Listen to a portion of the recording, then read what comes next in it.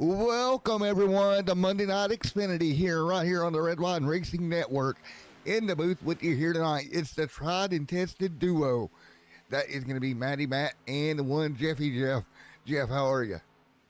Man, I'm great. Good to be in Pocono for this Xfinity Series race. Yep, tricky triangle here tonight for 100 laps here. This place, each corner a bit different.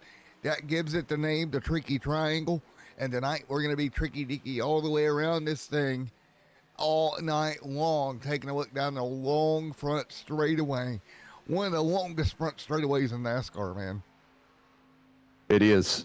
And you know something? And I got to remember, hold on a second. Pocono, how the track was designed was laid out after 3 different tracks.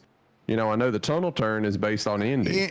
Tunnel turn is Indy. I can't remember turn 1. I want to say turn 3 was maybe Gateway. Or maybe that was turn 1.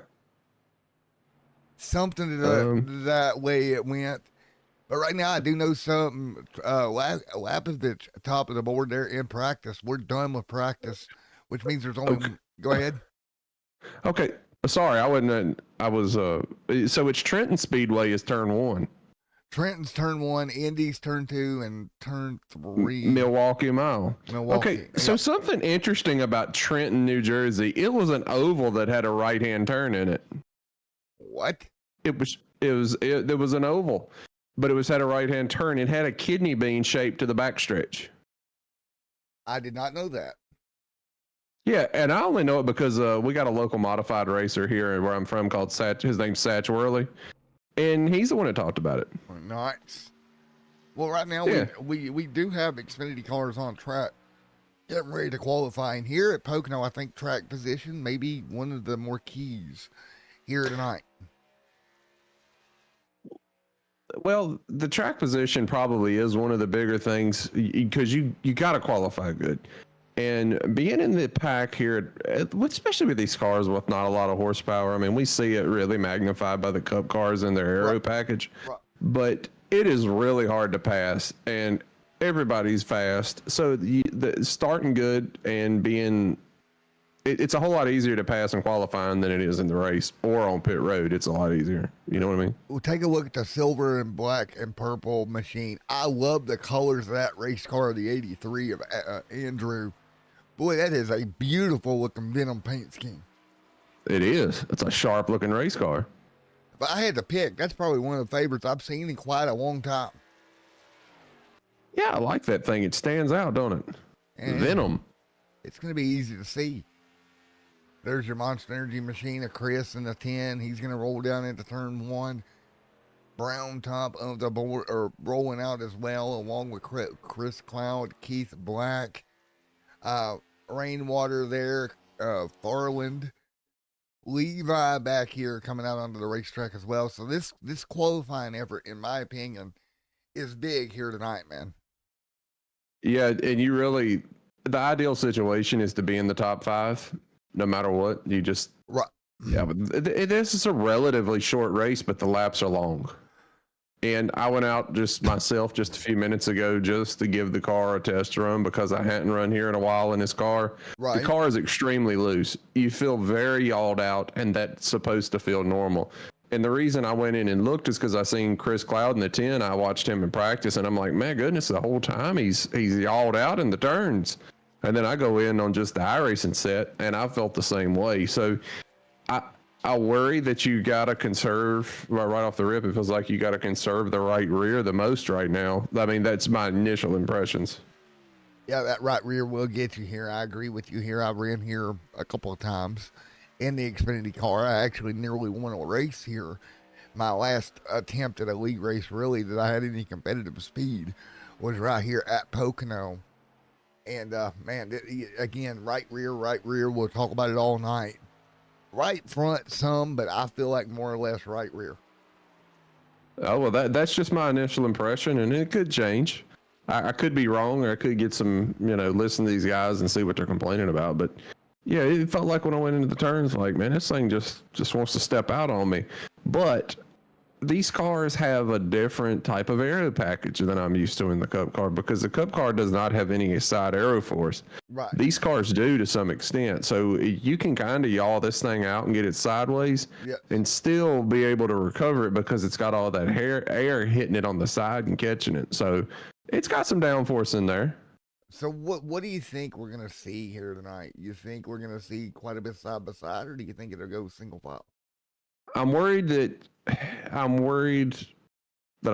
don't exactly know, but I feel like we'll see some side by side racing. This is good action usually. This car puts on a good show, and the simple fact that it seems like you can get the thing sideways and and let it hang out there. That Right. seems like that's good for racing. I think so too. I think that's a good point. I do kind of worry a little bit, coming to Pocono every time, because it can get to be a long drawn out, single file parade. Or, I have seen races here where it goes the right way and they're 2x2 up on the wheel fighting one another. Yeah, and also what it can end up in is a fuel mileage race. I'm curious, looking through my notes here. We don't have a shortened fuel tank, so we get to have 100% fuel load on there. And do you know what the stages are? I'm pulling the race day information for you now to double check and confirm for you. Stage lap 25 and 50 here tonight. So you see that 50, that means it's going to be a 50 lap final stage. It almost makes you wonder if somebody's going to try to do some funky stuff on strategy there. I know I would. Get some clean air and stay fast. Would you split it in the middle maybe? I think that's the ideal situation. I don't exactly know what the fuel mileage is going to be. Mike could ask some of these guys and see. I would expect you probably in the 30s, something like that. There's no way that you're going to have 4 tanks of fuel, I suppose, here to make it no matter what. I think either way you go, you're right. 4 tanks, fuel wise. I think either way you go, you're really not going to do any crazy strategy, I don't think. Well, I don't think there's no advantage in the strategy. I think if you're splitting it into 3 with 2 stages involved or stage breaks involved, I think it just kind of throws your strategy out the window. You need a really long run at the end to make it about strategy. Somewhere where you can, I think the numbers are too close on fuel to be able to push it into that situation. Could you possibly flip a stage at the end of the stage? Maybe. I say, yeah, you could flip a stage, but it depends. Are people going to, is everybody going to flip? I think we're just really going to have to see how the race goes, because the benefit in flipping the stage is you get to start up front for the next stage. Well, having said that, are you fast enough to stay up there? So it's got to be that guy in the top 10 that says, you know what, I can compete. I'm running just as good a lap times as the leaders. If he's in there and he doesn't need the points, the stage points, then absolutely he flips the stage. Yeah, take track position. I mean, that would be my guess in here. It stage points does matter, right? But if you don't need them per se, if you don't think you need them and you think you can win the race, I think then you flip them. If you think that you're going to need stage points and you don't have a car to win the race, I think then you're worried about stages.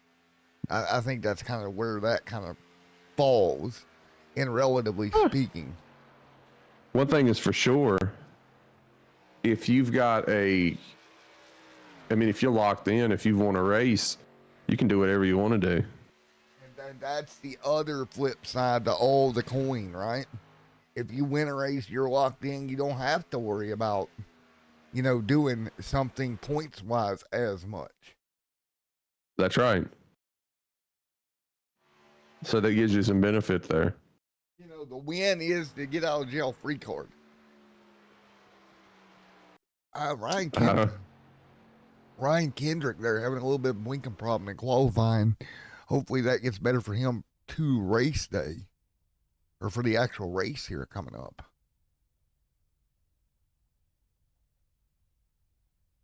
How do you feel about a 32-ish car field at Pocono?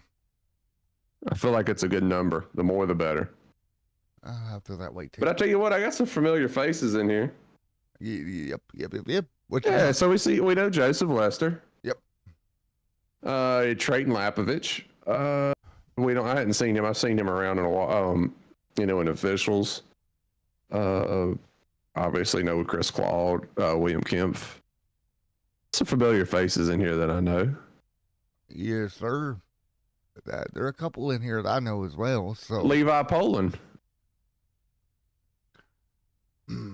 well, I got one more question for you before we actually kick this thing off. As I look at this for tonight, is there anything special you think we're gonna see? I know we talked about fuel mileage, but do you think we're gonna see something crazy tonight? Maybe out of pocket as far as cautions flying and those types of things. Say we see a big wreck in turn 1. That would be. Yep, big wreck in turn 1. That would be out of pocket for Pocono. Yeah. I we've seen some big wrecks at Pocono. I like it. Think of Dale Earnhardt and Ricky Rudd when Dale Earnhardt crawled out from under the car when it was pouring fuel down, broke his leg. Jeff Gordon hitting the wall, literally demolishing Jimmy Johnson. Yep, I like it. Elliott Sadler hit the wall, but that was on the inside wall. He hit the wall so hard the engine come out of the car. NASCAR claims they don't have better footage of that, but everybody knows that's a lie. It's in the NASCAR vault somewhere locked away. It's in the NASCAR vault. It's a full-on lie. They've got some special footage of that. They know what happened. So what do you think? Well, we do warm up. What's the conspiracy? Why are they hiding it?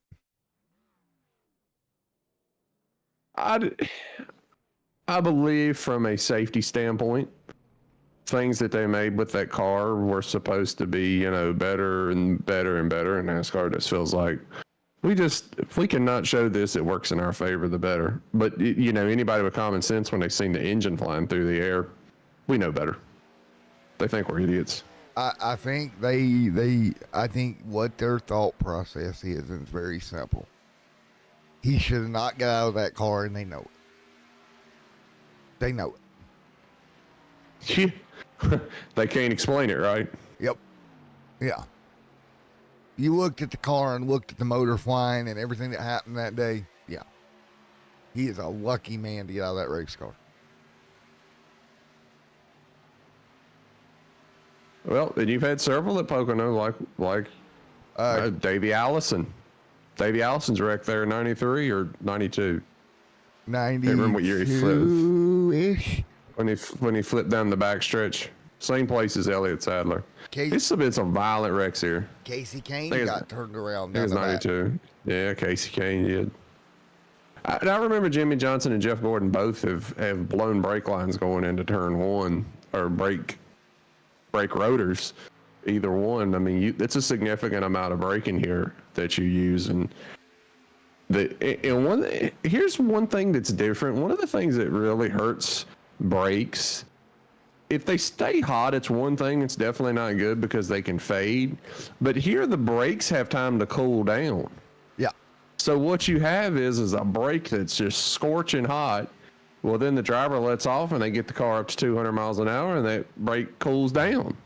Well, you got it hot, cold, hot, cold, hot, cold. 3 times a lap, it changes drastically in temperature. Eventually, the thing just explodes. It just can't handle it anymore. The rotor just absolutely comes apart. It just disintegrates. And you've seen it in the Cup race yesterday. That's just what happens. Hot, cold, then boom. I don't know that there's a specific way. I mean, ideally, maybe you would keep the brakes hot or keep the brakes cold. You wouldn't want it going back and forth. So the only way you can really do is try your best to get more air to them.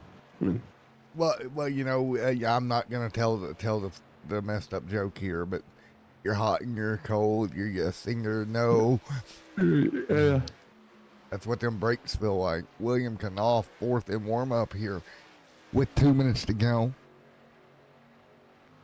All right, let's see what we got here. We got Rich Jetty out there getting her done. Rich having a fast car. In 5 minutes, I ain't got time to figure out nothing. Let's just roll. But I like this little warm-up that they have.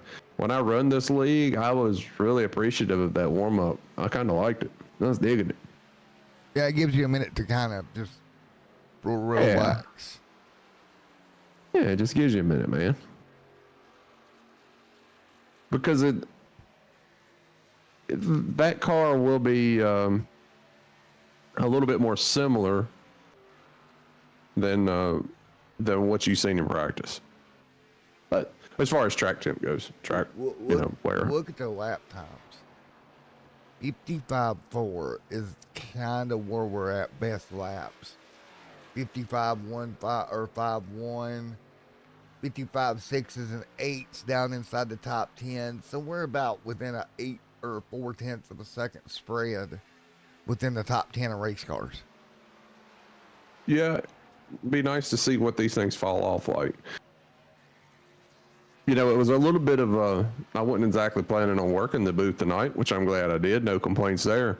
But I would have, if I'd have known that, I'd have probably got in here and done a race this week. Maybe run it, or at least watched it, because I'd really like to know what the tire wear is. You know, just to get a little bit of feel for it. Now, Pocono in the Cup car, I kind of know what to expect. Kind of.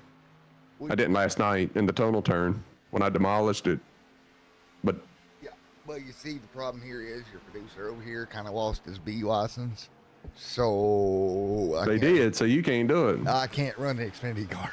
You lost your B license in iRacing, man. Yeah. I understand you're losing your A license. Look, things happen, shenanigans happened. Shenanigans happen, man.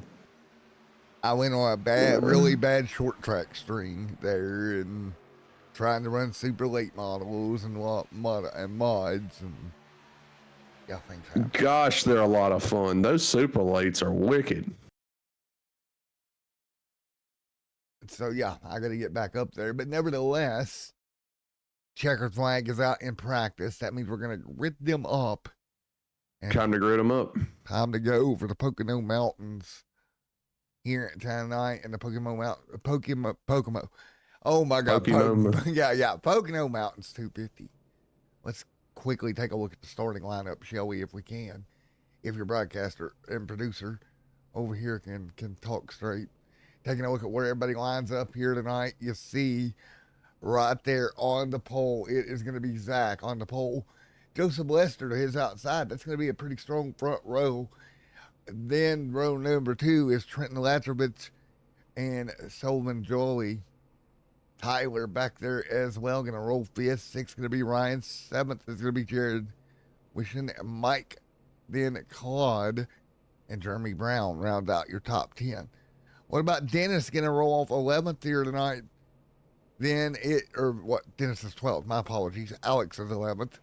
Brandon 13th here tonight. 14th is Noah Rainwater. Daniel there in 15th. William Knopf 16th.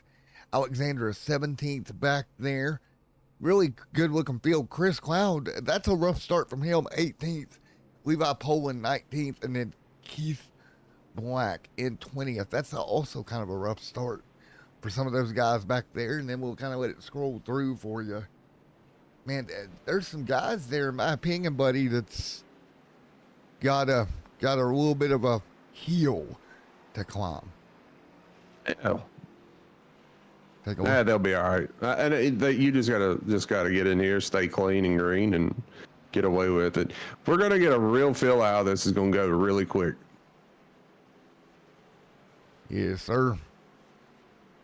You see it right there. 35 of these heart-stopping race cars ready to go. All the way at the front of the field. Look at Joseph Lester, man. Great starting spot for him tonight, bud.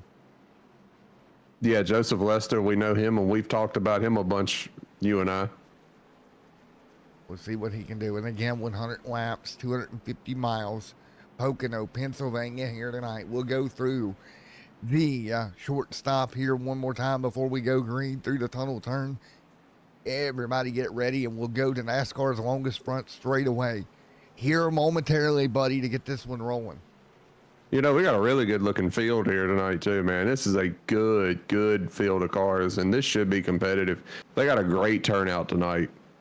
Really impressed with this turnout. 35 here tonight. Here we go. Coming to green.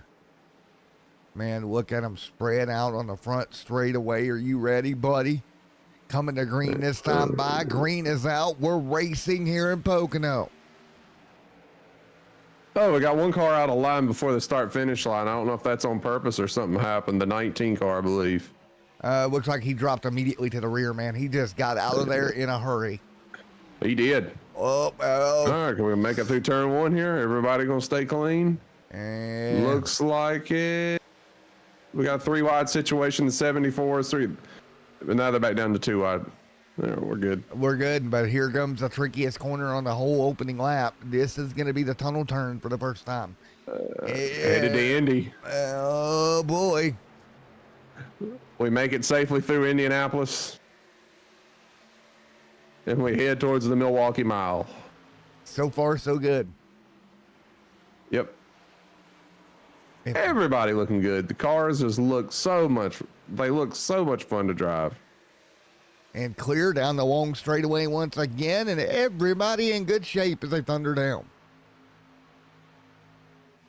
Headed back to turn one. We get to see Trenton Raceway. Yep. For you New Jersey natives out there, you might know what that is.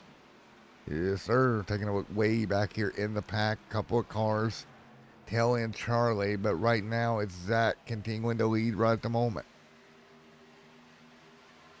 And he looks like he's got a good little gap there, just staying sturdy. The 20 just seems content right there right now as they head through Indianapolis and back down to Milwaukee. Everybody's starting to single file out. And good for everybody to keep this thing single file. Let's talk mid-pack. That is going to be what? Wishing and Furland 2x2. That's going to be 11th and 12th on the racetrack here, Jeff. And you really wanted to get single file. It does seem boring from a fan's perspective to begin with, but from when you're turning that steering wheel, you just can't wait to see it get single file. You can't, man. You really can't. You just want to... a little bit of door banging off into one. That's not looked like fun. the 43 got into 17 a little bit there, going up the track. He did. He kind of came up, got him in the door, and pushed him. That's not fun. No, and it's in a dangerous place. There's some bumps over there in the bottom of 1 and 2 there that can really upset things. It'll really upset the car and shoot it up the track. I felt like the Xfinity car did not handle them all as well as the Cup car did, but I was running a different shock package. I had the Ryko shock package in my Cup car, so that could be been a lot of what's going on. Yeah, different A lot of the difference I felt anyways. Different shock package will do that. William right there. William up 2 spots tonight, up to 14th already. So he's already starting to climb ahead here. Yeah, and I see him. He looks really comfortable out there. He's made a couple moves there. The car looks good, and he draws a beat on the 12 car here coming out of Pocono 1. I'm proud of what we're seeing right now, buddy. These guys are absolutely getting after it, man. Yeah, they got to get back to. They got to get down there in single file. Yeah, they do. I mean, they do got to get down to it, but I mean, right now, so far, it's so good. There's the 09 taking a look inside the 12. Seems to be the only battle on the track at the moment. But as these tires wear off, that's going to change. Look like William couldn't make the pass there, so he ducks back in behind Brandon. What are you thinking here early on like this? Are you? Oh, we got a battle for the lead. Whoa! There we go. Latchovich there, trying to hang on to that race lead. That was a quick one. Wow! He just come up out of nowhere and gone. Trenton Lasovich has got the lead, and they have also pulled away from the 3rd and 4th place cars. Yeah, they have, man. Oh my goodness! Right now, they are gone, bud. Yeah, I was talking to, we had some issues with our broadcast last night. But when I was watching the race, I seen that Matt Cox, Sean Rockin' Rogers, and one of the guys, that's what they did. They were at the front of the pack. They qualified good, and they got away like this. And I'm gonna tell you something that it's boring from that end, but I'm gonna tell you, as a driver in there, these dudes, those guys are in there just digging. Right? They are just getting after it, doing what they need to do, and it is so fun to watch as they do that, buddy. I mean, they really do. It's hard to explain to people at home, right? Like how It's hard hard to do it because is. you're in that car. It feels completely different than what you see on the broadcast right now.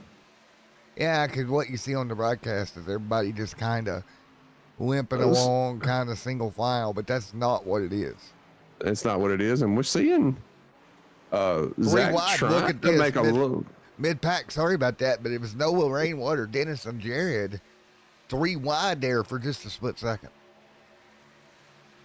Rainwater, and it away. Yeah, I like that name. Pretty cool name. Jared there in the 17, he's dropped 5 spots from the start. You don't want to be going that direction.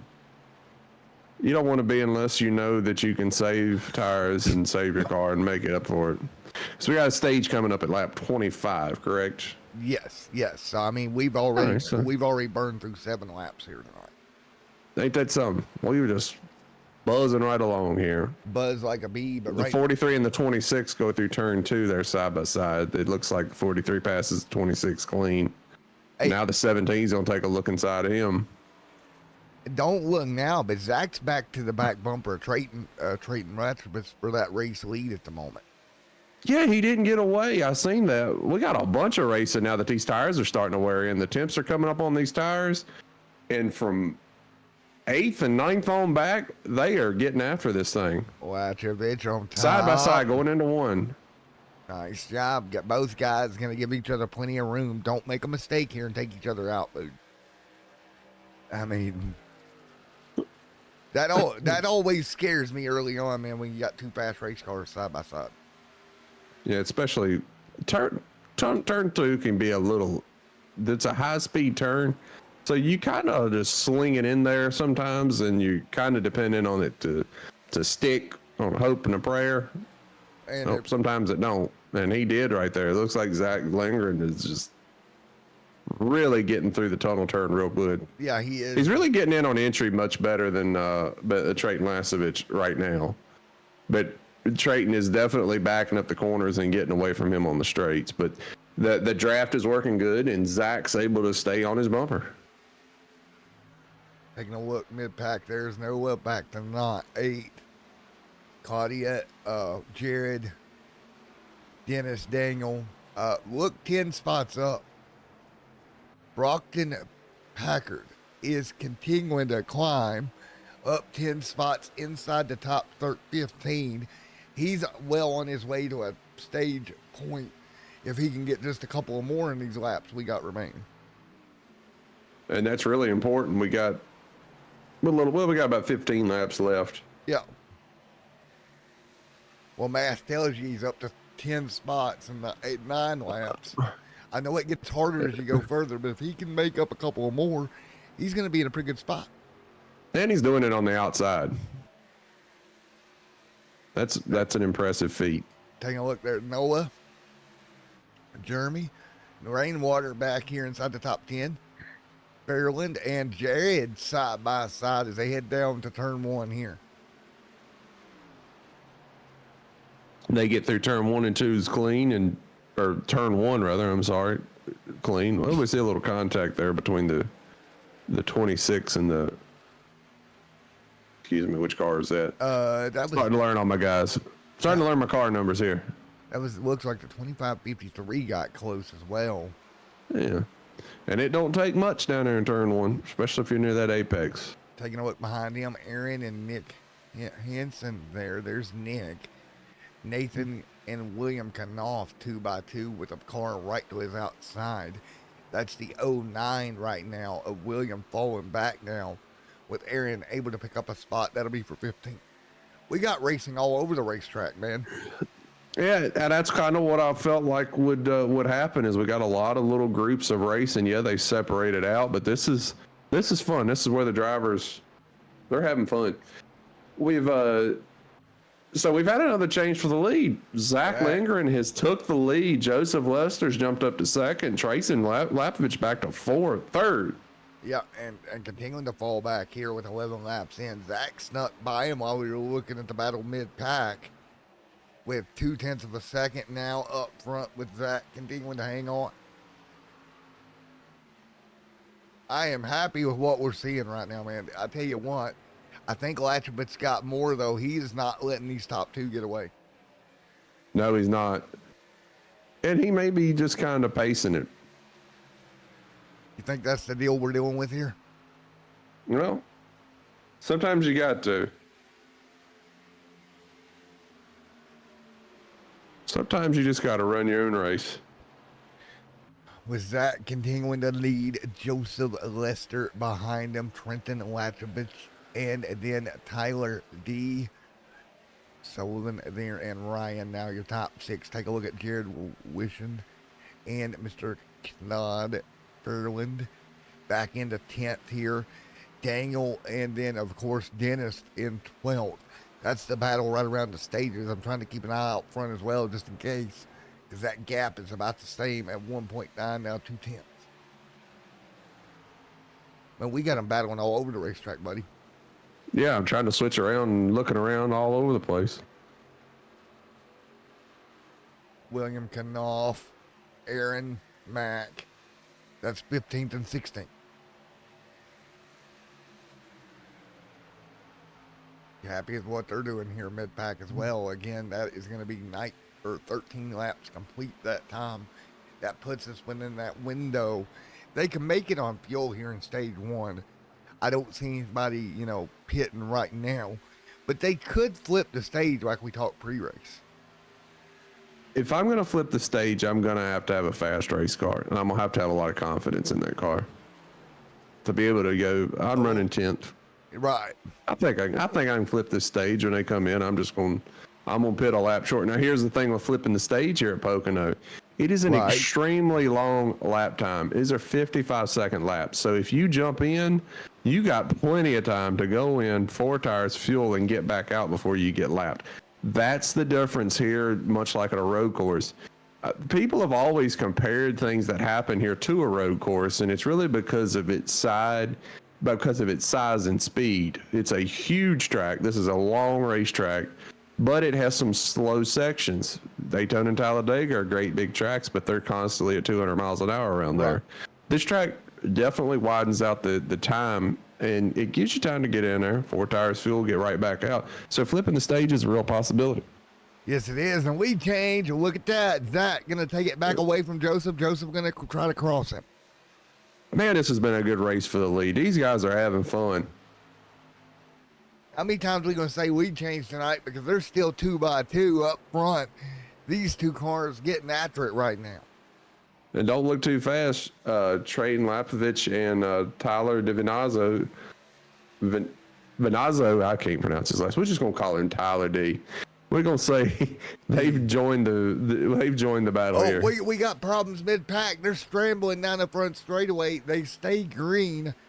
But, man, they got out of shape out of turn number 3, and everybody had to scramble.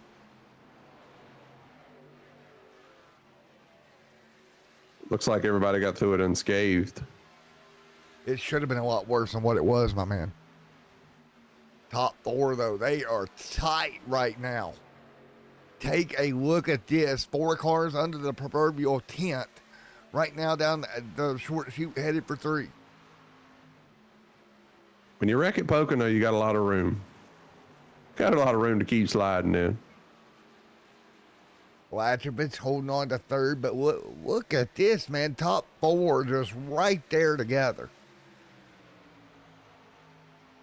Under a blanket, as they say. Jolly a little bit further back, and Jeremy Brown as well, trailing that top 4. But again, it is Lester just absolutely trying to keep Zach at bay. Zach doing a good job just setting in line. Yep, and Trayden Lapovich, he's just hanging out there. And I think Tyler's doing the same thing in the 61 car, just kind of letting these guys figure it out on their own.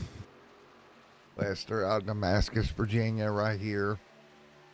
Not too far away from your boy here. keeping it rolling. And then, of course, you got back here Jeremy Jolly, Ryan there as well. Noah into the top 8, 3 wide behind him. Look at this. Scramble through turn 3. That's all the way back in 9th and 10th. That these guys are getting at it like Donkey Kong back here. Dangle out of Boston trying to move that car forward. Dennis again. And we got yellow. One around. Got a caution. First caution. And that is Nathan with an issue. Let's take a look.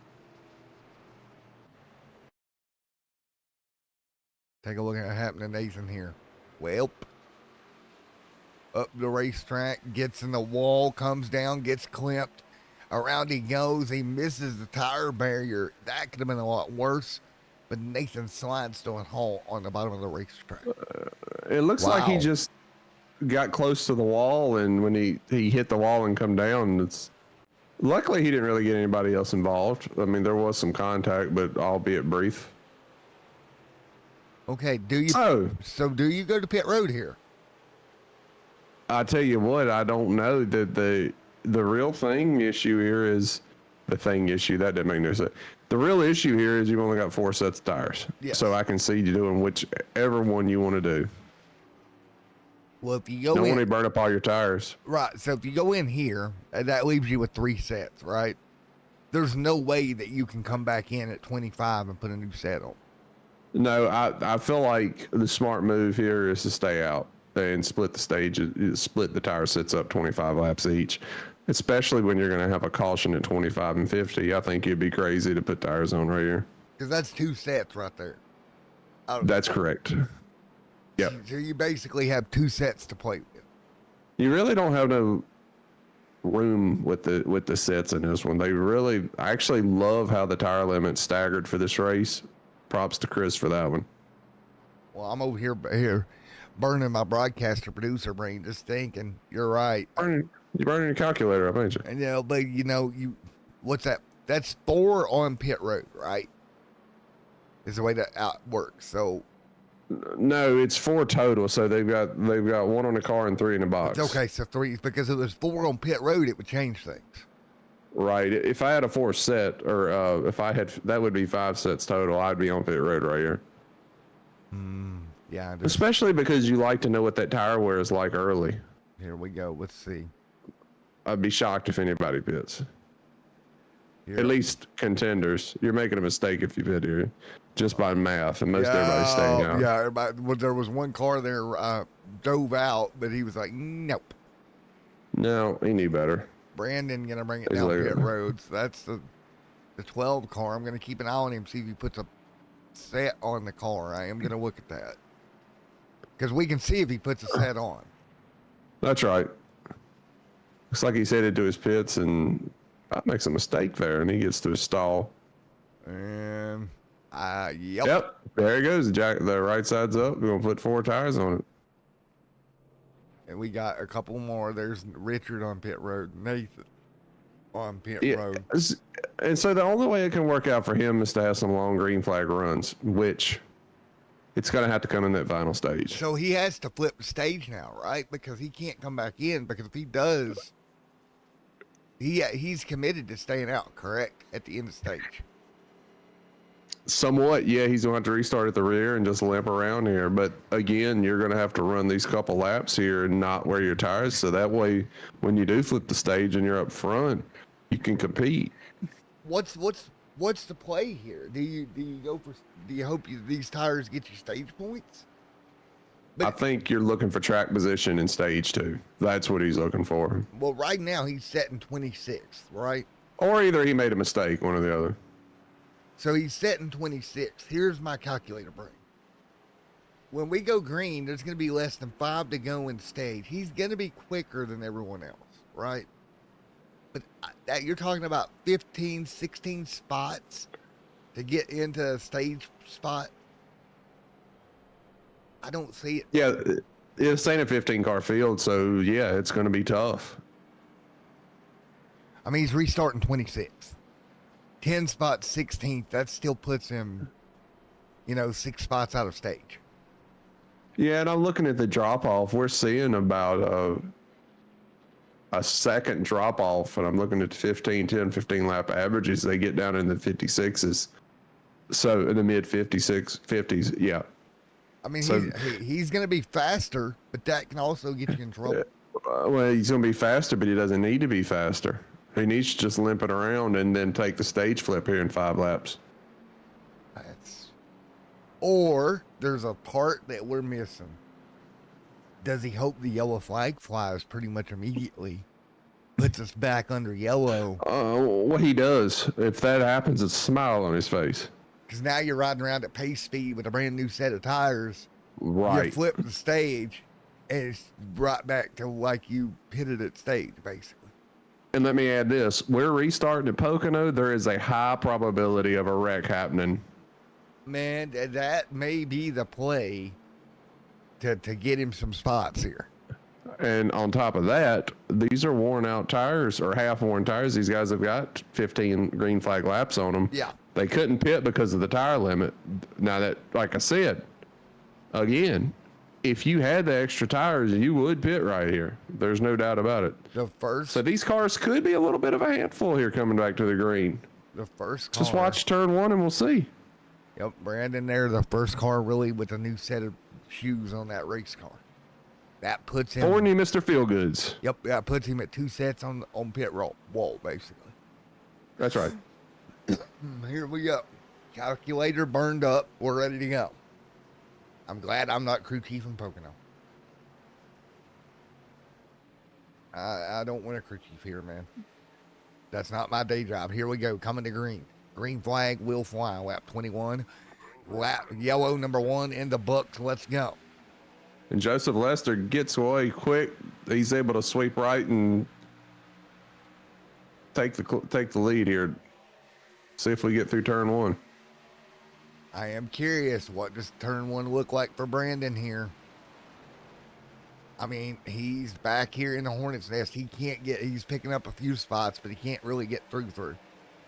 It looks like we get through there mostly clean. The 31 car back here got in the wall a little bit and scraped it up, but he's all right. Looks like he's going to be rolling. He's going to stay rolling anyways. And through the tunnel turn, here we go. 2 and 3 wide right there. That's going to be Claude holding on 2 wide. Nice job. I'm keeping an eye on those tires for you guys at home.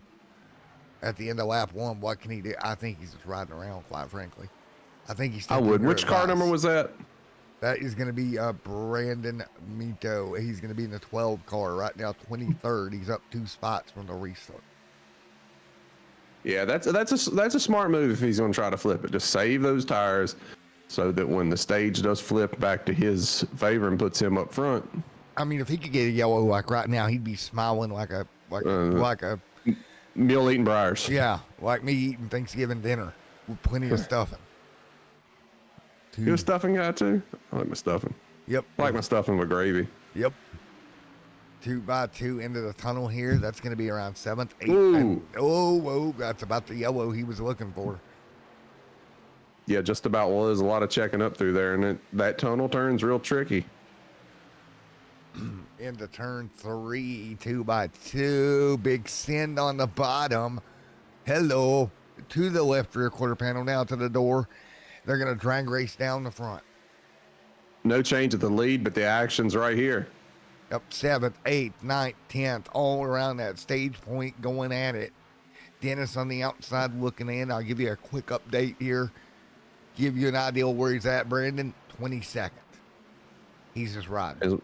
As much as I hate stages, you have no choice but to race them because there's points there. Yes. So Brandon took your advice, man. He's riding back there, saving that set. Yeah, you just got to limp it around now. And I think he should be able to make the stage on fuel. Yeah. Off a tunnel turn again, a little bit tight here. Now, if you're going to flip this stage, you would have to come in right now, right? I'm pretty sure it road closes. Oh, the stages are, yeah, you're going to have to come in now. If you're going to try it, you got to come in now. Nobody diving down. So no. I don't think we're going to have any stage flippers.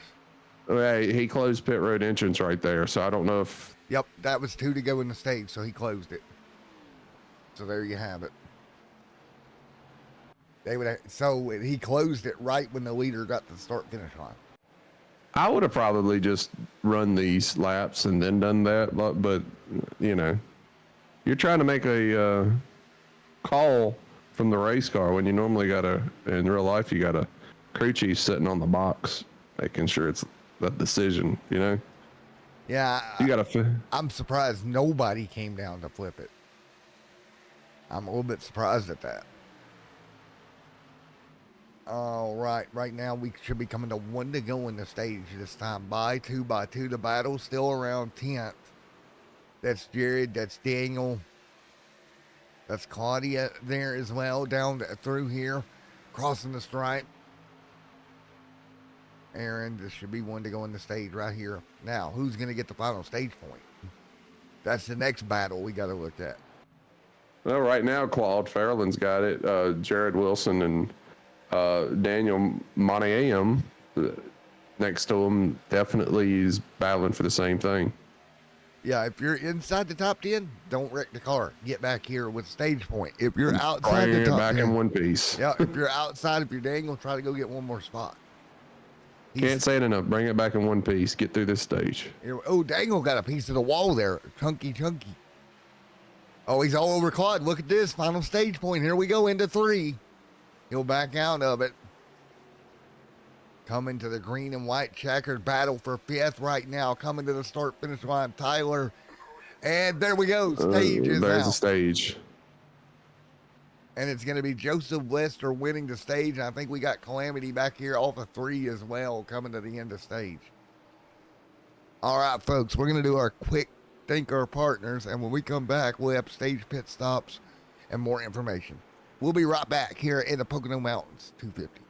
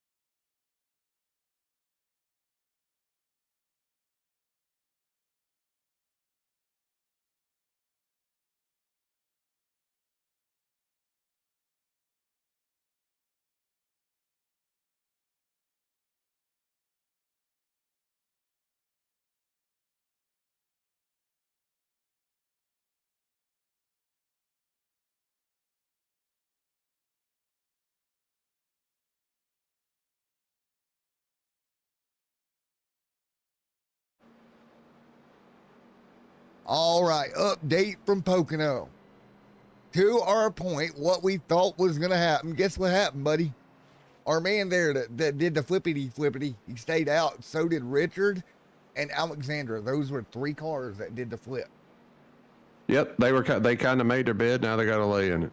Which was a smart move then. Let's see if it pays off now. Because now, the flip side to that, they got to hold this track position, this brand new lease on life.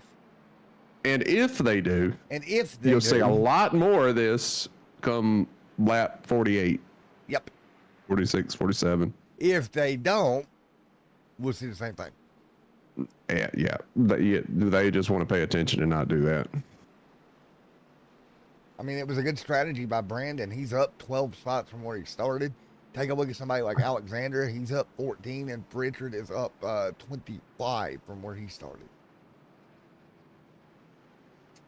Yeah, we'll see here. Looks like we're coming back to the one to go here. We are, and I've been impressed with what we saw there in that number one stage here tonight. Now working stage 2 here in the Pocono Mountains. Long Pond, PA. Again, Redline Racing Network coming at you live tonight in Pocono.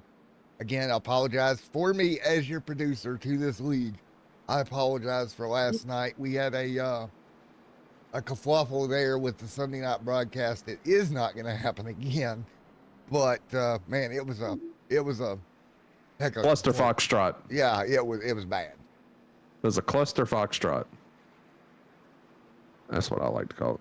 All because your boot producer decided he was going to cook scalloped potatoes and ham. Yeah. I guess you'll be getting pizza next Sunday. Oh, I've got pizza in the fridge for tonight. I literally went and got pizza. I was not cooking tonight.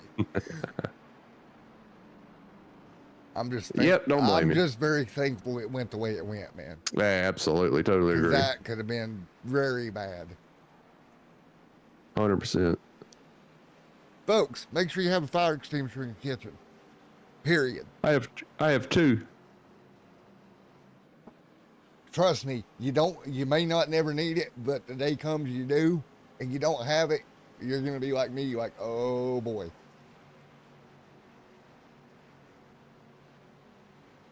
Yep, I have 2. I got one. I got a little can one. I don't know, a couple of years ago at Lowe's had like little spray can fire extinguishers. And I thought, you know what? That would make if it's a small something or other, you could spray that and it would be a lot better. Less mess to clean up. But green flag. Here we go, back green. Everybody back. Look at them spread and fan out down there. Let's fan it like we've got one of them little Chinese fans here. And Brandon Minto wastes no time getting back to the gas and getting down to turn 1. Oh, whoa, 4 wide. Ooh, the 24 car was on the outside and just about became a hood ornament for Joseph Lester. He about became more than a hood ornament. He about buried that car down there like he was Elliott Sadler off of turn 1. If the radiator cap can fit, the rest of it can follow. 3 wide behind him. Oh, 3 wide. Oh, I got some contact. Stage 2 picking up kind of hectic here. We stayed green by some way. No big incident there. Yeah, and I just noticed that the 11 car's got 4 less laps on his tires. He's a stage flipper, but he's got 4 laps less than Brandon Minto does. That right there, Alexander, Brandon Minto, and Alexander right there, 3 wide. Take a look mid-pack. Take a look at that scramble down into 1. I love that shot of the cars just screaming towards turn 1. And the 11 really got into the turn hard there, though. Alexander really overdrove 1, but it's paid off for him because he's brought it out of 2, bringing it to turn 2, and he's plenty fast. But don't look too quick because Zach Lindgren's back in the hunt for second place. Yes, sir. And where we through the tunnel turn, and he's zeroing in on Brandon Minto and that number 12 machine, and he goes to the inside, getting to turn 3. Brandon Minto, the Minto man. I wonder if it's a Mentos right now. He's going to lose a spot, but he's still working pretty well right now for that strategy. Zach going to take it away. But again, yellow on the racetrack. Caution's out. Oh, we got a big wreck, front stretch. Oh, crap. Hard hits. Oh, what happened? I don't know. I missed it. I'm looking back. Dylan here. Let's see. Oh boy, 3 cars under 1 blanket. Let's see what happened. Oh, ping pong into the inside wall. The 08 goes. Man alive. and he comes back in front of somebody and tags him. I'm not sure who that was. Going back to look. I'm going back. We're going to get another angle of this. Second caution of the night, early stage 2. Jared here. Are you kidding me? Look at that, 3 wide, and it's going to go right there. And you said it right there, the 0 or the 17 back up the hill, collects a couple of more. So the car that slid to the bottom, not the big issue. It was the 17 that slid back up the hill, ended up collecting 1 or 2 or more, 2 more. And that was a hard hit. Knocked the hood off of somebody. They went by so quick I couldn't tell who they were. Let's see, and I think, man, Jared there, the 17 with damage. The 87 car. Yeah. Of black. Keith. Oh, Keith. With the Raising Cane's chicken car. Let's take a look. Let's go on board with black if we can. Yeah, let's see that. So on board with black here, we're going to get his view of this incident off of turn 4 to what he saw. He's just driving along, minding he knows his own business, and the race car's parked there. Yeah, I mean, there's. And he demolished that Raising Cane's chicken machine. We're on the bumper. This is going to be interesting. Whap! It looks like the left front wheel is completely locked up with that Raising Cane's chicken machine. I hate that. He's in trouble, and I don't think we got a fast repair, do we? We don't have a fast repair. The left front I'm just looking at is completely locked up smoking, so no bueno for the 87 car. No bueno. So he's done, I think. Yeah, I don't see repairs. Is he in? It just not in a timely fashion. Is he I'm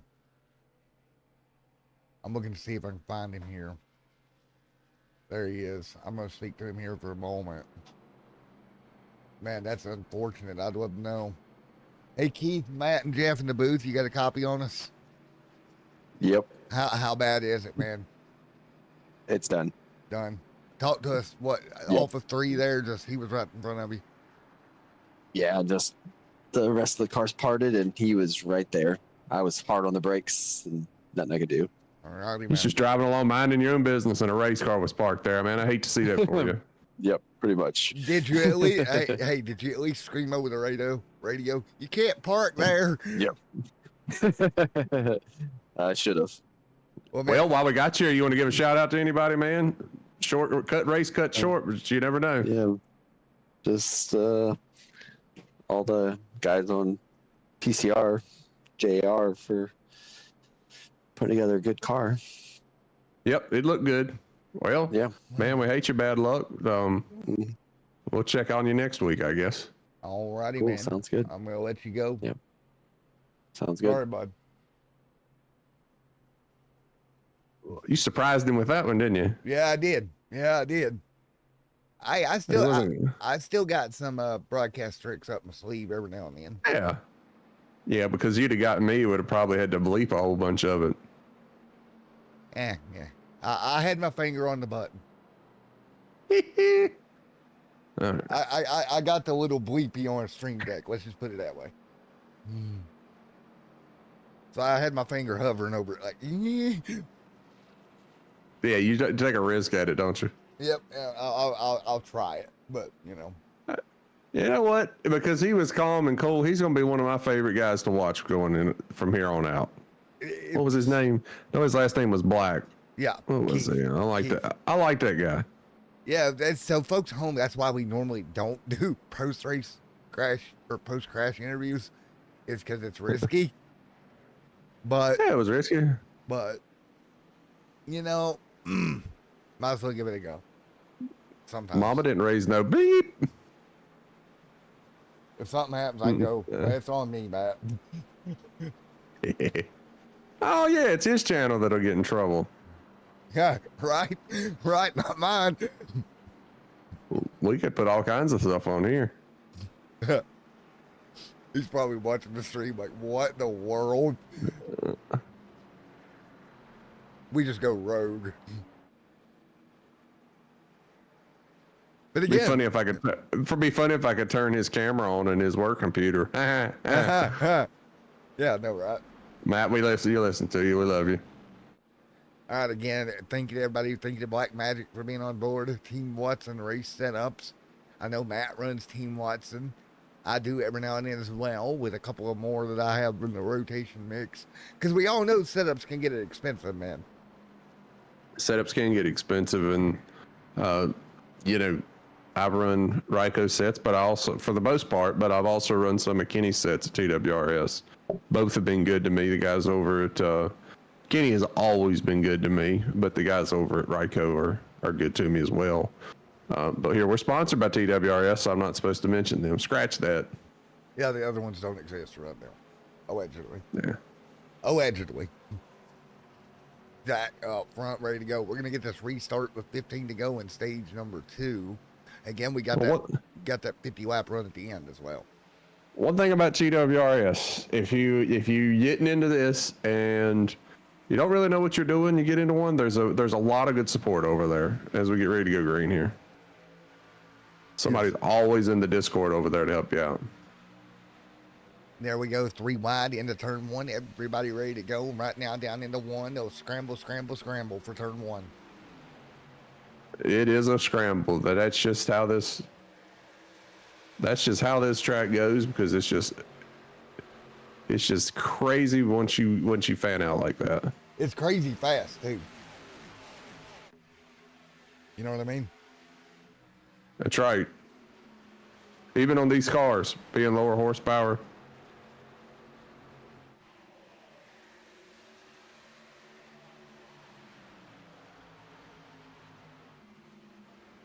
So again, 35. Oh, trouble. We got one in the grass. How did they get in the grass in turn 3? A little bit of contact shoved them down there, and somehow everybody, for the most part, is okay.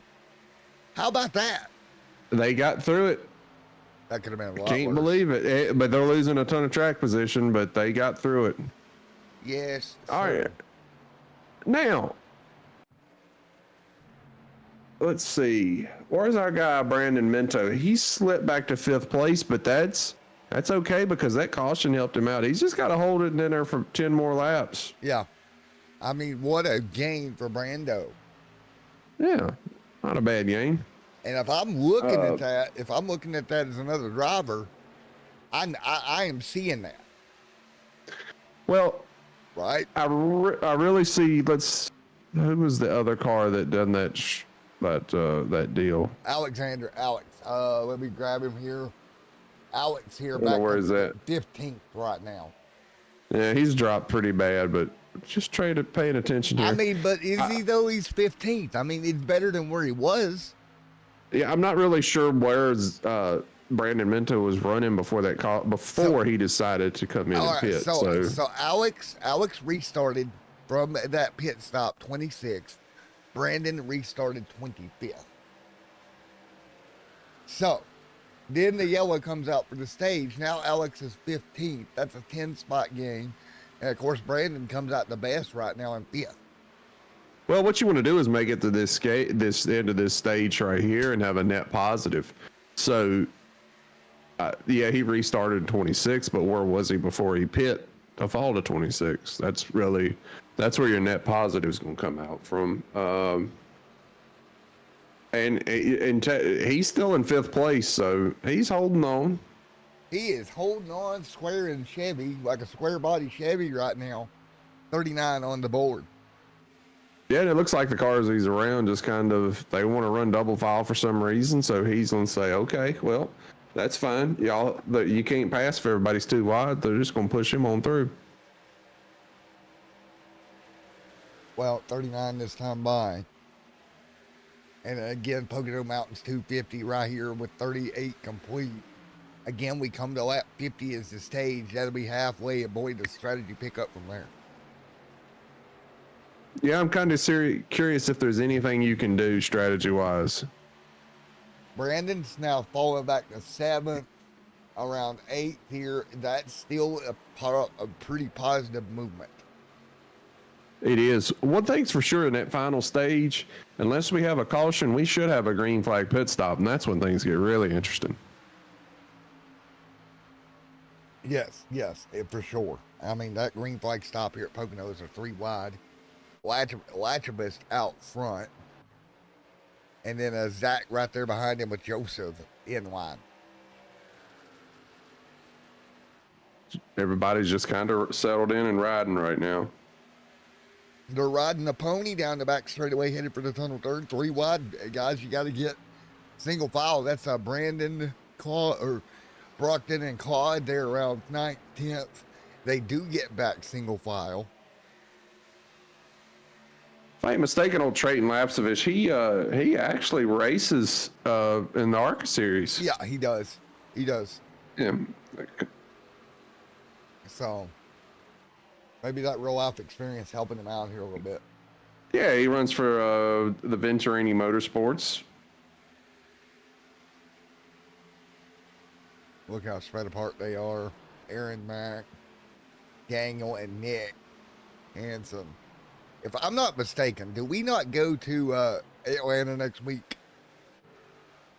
We do. We go to Atlanta next week, and I can't stand the new Atlanta, but we'll see. You know what? That'll be the first one of these races that I've called. I might enjoy it from the booth.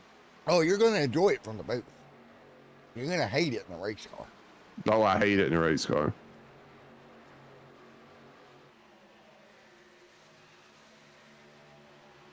Me and you should probably get together and run NIS this weekend. Come on, don't be a wimp. I need to rearrange my sock drawer.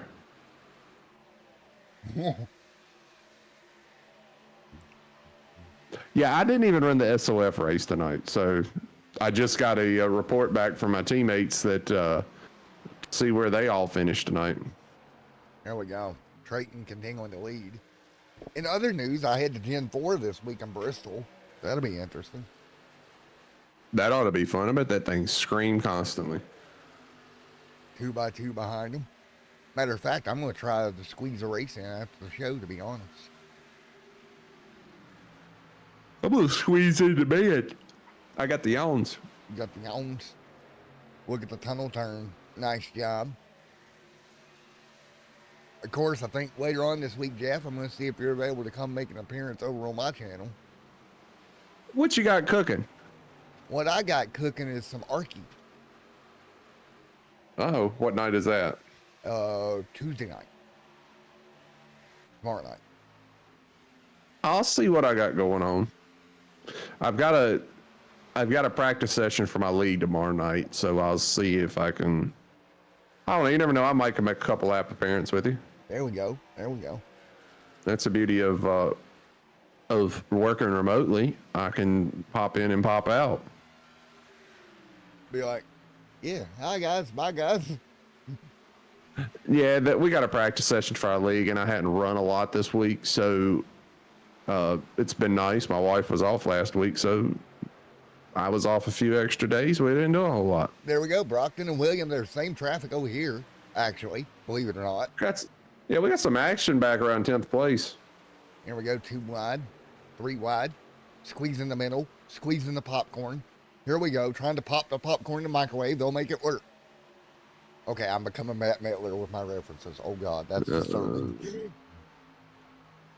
Yeah, I'm not sure if he'll think too much out of that. Right. But we also look up to the lead now. Trayton Lapsovich is snaking his way down the straightaways. Zach Lindgren's just trying to follow suit. Yes, sir. Knows the tail. Knows the tail, but Trayton Lapsovich, well, watch him when he comes back around comes out of turn 3. You'll see him dive down to the inside. He's going to try to break the draft and try to get Zach Lindgren to lose a little bit of his draft. Yes, sir. He's going to try really hard to break that draft. You see it big time in Indy cars, but here we go. Watch Trayton. Let's see if he jumps down there, and he does. Here we go. Trayton Lapsovich the inside, and Zach Lindgren follow him, and he goes all the way down into the pebbles. I call that the Indy weave. The Indy weave? Yep, the Indy weave. You ever rode the Indy cars at Indy? Oh, yeah, and here. Oh, yeah, that's a lot of fun. But it suddenly can be wrecked. You can suddenly wreck and ruin a bunch of people's race. I know. Ask me how I know. Probably like 10 of the Indy 500 this year. Oh yeah, I did. Yeah, I smacked it hard. Oh yeah, and then you collect somebody with you. It's All right. never a solo wreck in Indy. You feel bad. Let's check in on our boy back here. Where's he kind of getting Zach Minto or Minto, yeah. Brandon Minto. Let's see if It looks like he's holding down 7th place right now. That's not bad. 1, 2, 3, 4, 5, 6, 7. Yep. So and his Oh, we got a battle for the lead. Zach Lindgren has passed Trayton Lapsovich headed into turn 1. nice work there, guys. Another lead change. Man, they are rocking the lead changes tonight. They are, and Joseph Lefster's going to look inside Lapsovich too for second. He wants those stage points. Latchovich continues to kind of fall off late in stages. I don't know what's going on there.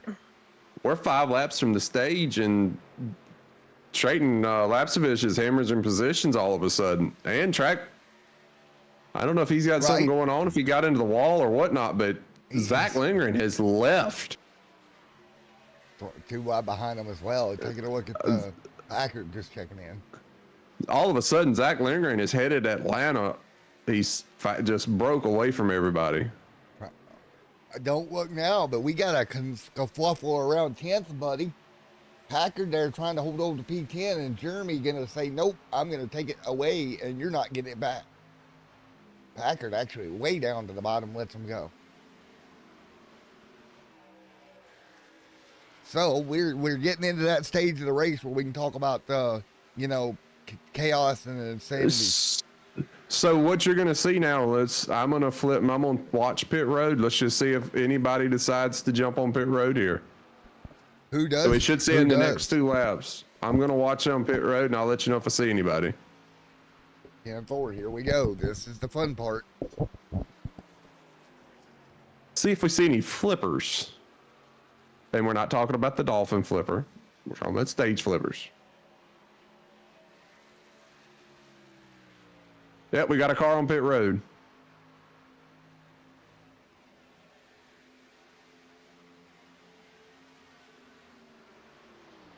Oh, there we go. Ryan did do the flip here. You think it's going to pay off for him, bud? I think this may work out better than the other one did. Oh, we got more. Let's see, what do we got? Well, he's only won that time, but I heard some sort of chatter, or maybe more. Does anybody in the top 2 or 3 do it? Well, I don't think there's no advantage to doing it in the top 2 or 3, personally. I mean, no, but, maybe. I mean, depends on what you're thinking. It depends how many does it, right? I mean, I suppose. William back here. Let's see. Who was that was on pit road? Did you get a name? Ryan Kendrick? Yes. Ryan Kendrick. 72 machine. Right now, 29th is where he's at on the racetrack. Yeah, so he's going to come out 29th, and he's in a... That's Alexandra on pit road. So Alexandra Gingler there. Gingler, my apologies, there in the 11. He's down. Bringing that Mellow Yellow machine on pit road, an iconic paint scheme. And he brings his car to a stop. Does Minto flip this one? Yeah, he can't now. He has no point in flipping it because he needs the track position he gained. So he's going to come back out with a 10th place car, basically, or where's he ending up right now? He's in 14th right now. 14th. He must have dropped a few more positions.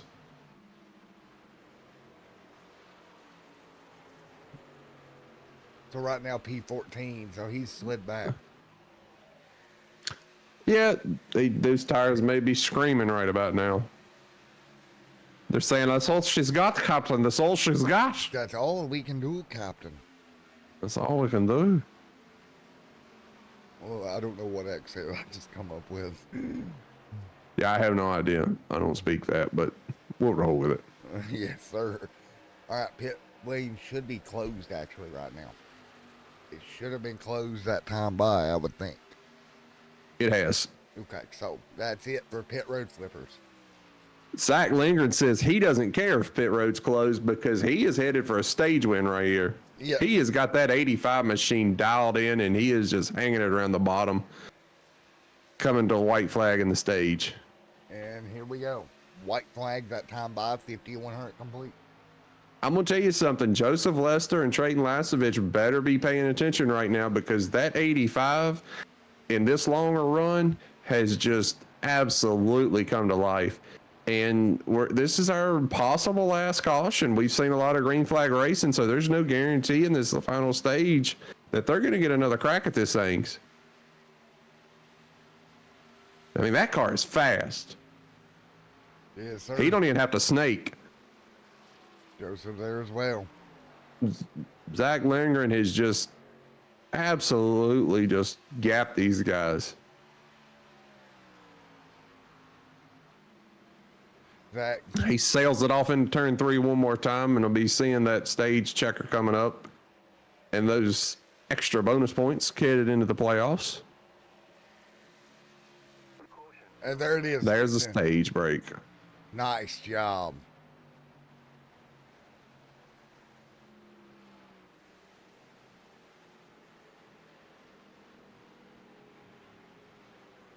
So Zach, when was that? Nice work, Joseph. Good work. What do you think of this stage? I don't know. I thought it was a good strategy call. Wonder if you're safe if you want to pull one of those top stage guys over here to talk to us. I don't know. They may think it's a curse. Who are we gonna pull? That's the million. Who are we gonna curse? Maybe we shouldn't. Oh. We probably. Let's see if I can find Zach. Still getting used to this Discord. I don't see Zach. Let me know where they're at on the racetrack. Coming through the tunnel turn. Tunnel turn 10-4. I mean, if you were to grab somebody, I'll wait till after they pit, but Yeah, we'll wait till after they pit, because by the time I grab them, they're going to be on pit road, looks like.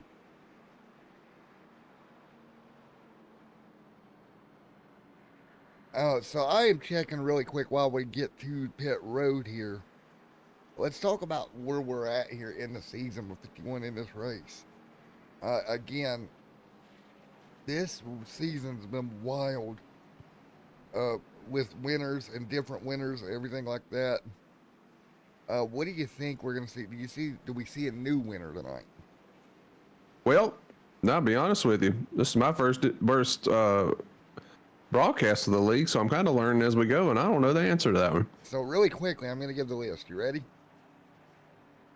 Tyler DeMenzo got Daytona, came back again and Noah got Rainmaster got in Atlanta. Parker Resloff got at Circuit of the Americas. Trenton Lapidus got it at Phoenix. Resloff there back again at Vegas. Then we went on to Homestead where Parker got another win. Tyler went back to Victory Lane there at Martinsville. Then Lapidus back at Darlington again. Mike got it done in Bristol. Parker back on Victory Lane back at Rockingham. Then it was Dennis in Talladega. And then Texas, Parker yet again. Hunter Kent got it done at Charlotte. And then Parker again at Nashville. Then it was Lapidus last week at Auto Club getting it done. So yeah, there's some names up front now that could get their first win of the season. They raced Auto Club last week. Boy, they had some fun. That's a great track. That's one that never should have went away. And then we go Atlanta and the street course, Chicago next to.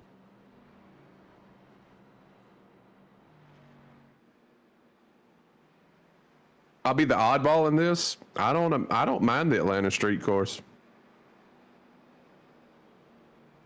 I'll be honest with you. It's got some character to it.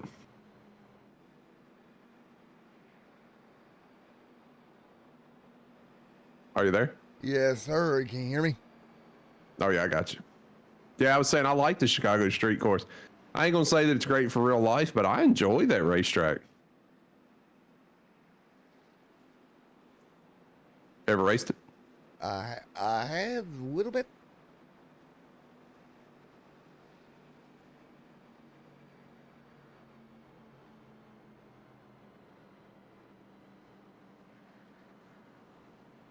I'm trying to think, man. Have I ran it? Yes, I did. I actually did an NIS 1 year or last year. I like going around that statue on that one section. But it's got some big wide, the front section of it's got some big wide straights. Man, yeah. That there's some things about Chicago though that throws me off too. But alrighty, man, you got me. You broke up on Discord. I got you now. Sorry about that. I had to change audio sources real quick. Discord acted up. Oh, good. I thought I lost you. I thought I lost you too, actually. It was Discord. Discord's Discord. I would like. Discord is definitely. I'd like to talk Netler to having a backup program like TeamSpeak at some point too. We could use. We can do that. Because TeamSpeak, in my opinion, is better. That's just my opinion. Y'all can scream at. I know everybody's got an opinion, but I think the biggest thing is Discord's just what everybody runs, and it's convenient. you don't have to pay for it. You'd have to have the league over on it. Yeah, and you don't have to pay for Discord either. You do TeamSpeak. Do you? Yes. Didn't know that. Yep. You gotta buy a server. Well, ain't that just lovely? Yep. So Ryan, bringing us down for the final stage here tonight.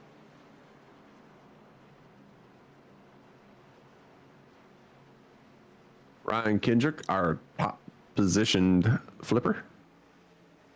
Now, I agree with the way he flipped it. He's going to come to the green here, and we're really going to see what that 72's got left because he's only got a couple laps on those tires. I think this will work out better for him than it did Minto. He takes that Fender Toyota Super and pedals away down into one.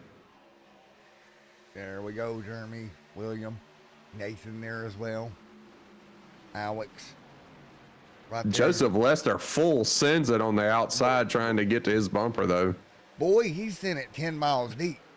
Yep, but Ryan Kendrick slams the door off turn one. William Knopf back there, 2x2, 55 on the border 100. Joseph Lester says he wants the lead and he wants it now. Off into the tunnel turn inside of Ryan Kendrick. Wow, and he clears him. And here comes Trayton Lapsevich. Into turn three, looking inside the 72.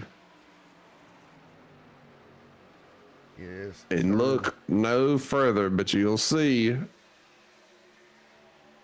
You know, if I had to pick a winner right now, I'm going to curse him. And Oh, we got a wreck.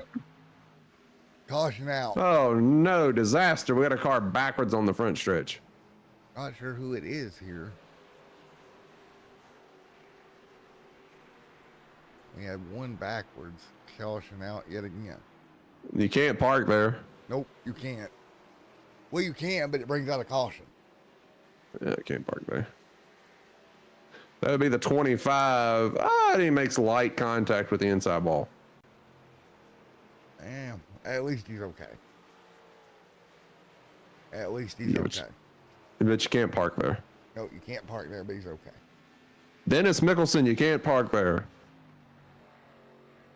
You get a parking ticket, sir. Even though you do have blue wheels on, I like that. You get a parking ticket, good sir. You get a parking ticket. All right, we'll be right back here in the booth, everybody. Don't go anywhere. Commercial break time to thank our partners. We'll be right back.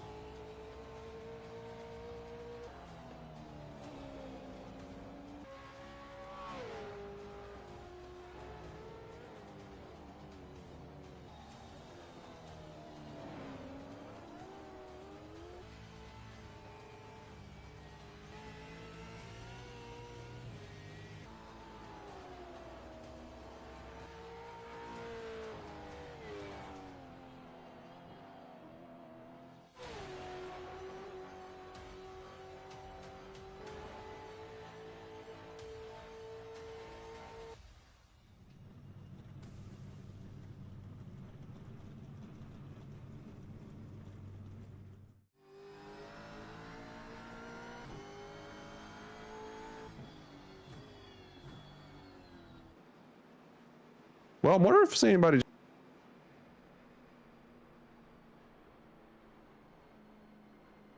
All right, back here we got 2 people playing the strategy call on pit road here at Pocono. 3, 4, 5, 6. 6 cars. So 6 of us. Like one of them is in a wreck, so we're not going to count that one yet. Well, they're trying it at least. Oh, 100%. So that's a little bit of that puts them at a 40 lap run. Yeah, and I'm not positive about the fuel range.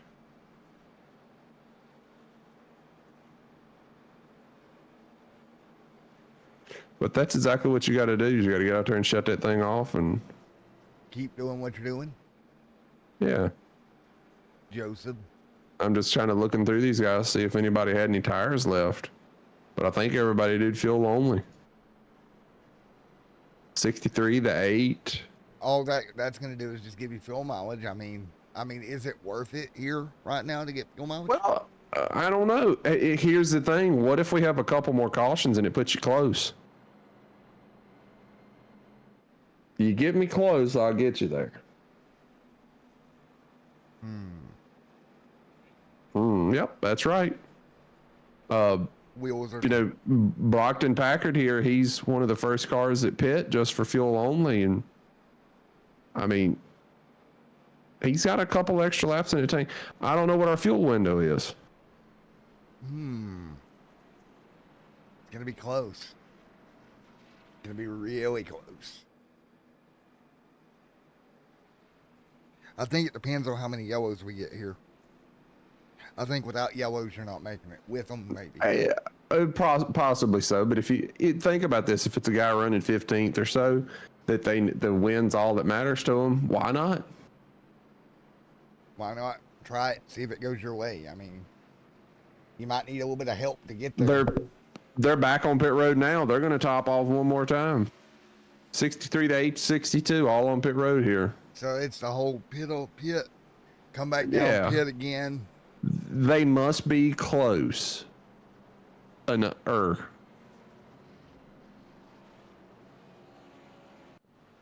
going to go into max save. Max fuel save mode.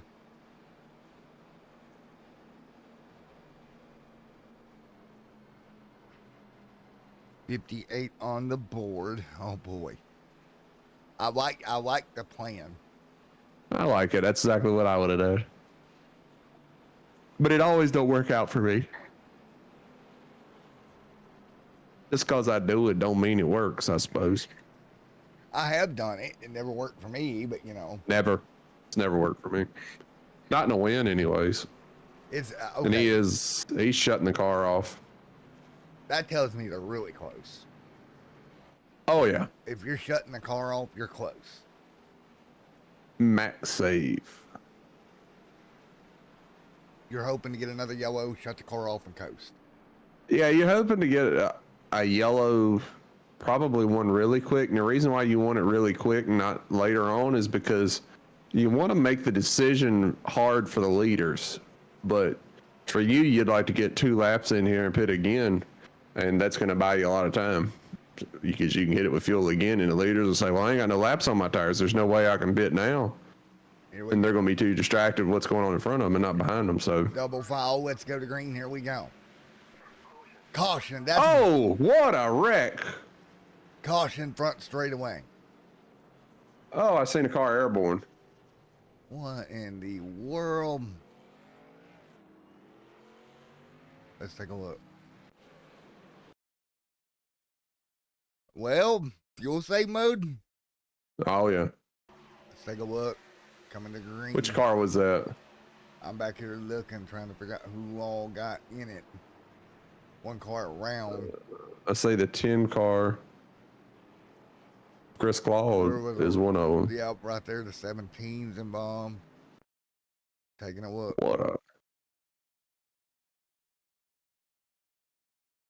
I mean, yeah. They said need to start parking people where the team owner was involved in that one. What in the world? Looks like Gunn here. What's his first name? Oh. Bradley Gunn. Let's see what happens in front of him. The 0-2 got jacked up. Aaron Mack got into it. Gum right there. It's just gonna be. I think it's gonna be a checkup on the outside line. Oh, they're all. Yeah, that was a wild wreck. Yeah, they just all got big time checked up. It was an accordion effect, and the car on the outside, I believe, in my opinion, Bradley Gunn was not follow. Well, no. I mean, Let me get another. Really, the pack needed to be closer together. The accordion happened, and I don't know. We were talking about Indy and Indy cars earlier. That happens a lot in IndyCar racing. At least on our racing, it is go to the tough.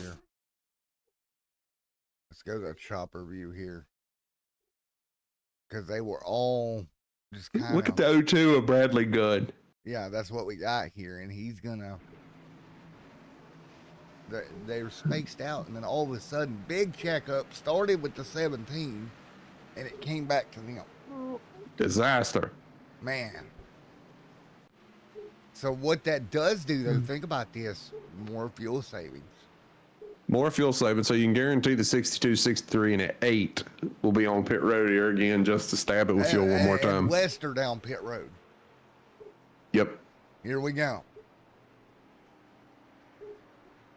So Lester on pit road, Eric down pit road, Minto down pit road, Richard down pit road, Ross down pit road, Cliff Claude down pit road, Bale down pit road. I think Chris Claude's got some damage.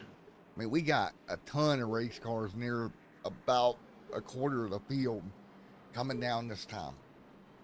Yeah, and they're just gonna try to flip this whole race around. It's not really flipping the stage.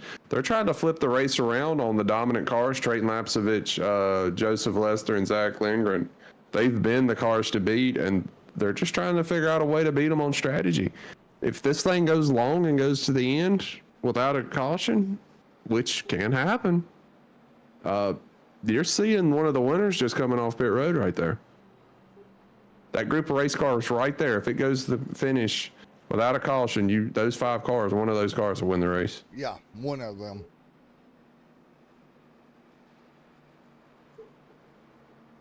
So decision time in Pocono. I'm listening to the 63 car here. See if he's still clutching it and shutting it off when he gets back around. When he gets caught up to the field, we're going to find out here in just a second. If he's not, well, that makes things interesting. Mind you, they're out of tires. No, I think they're going to have one more set left. They should have one more set of tires left.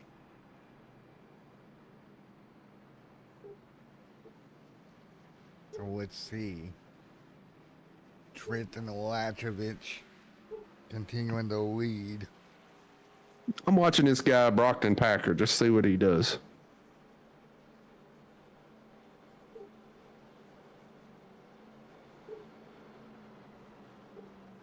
Hits it with fuel and heads out on that road. Yes, sir. All right. Can we get a green flag run here? What do you think? I hope so. I would love to see it shake out like this.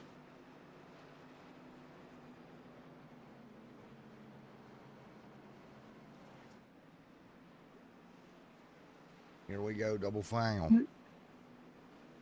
Man, to the tunnel turn we go.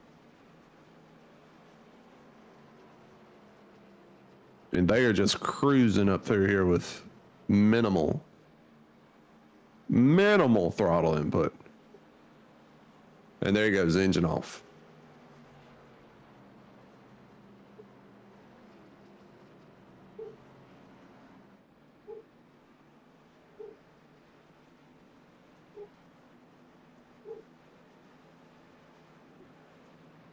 Here we go. There's a glitch in the Cup car right now. When you shut the ignition off, the car doesn't shut off.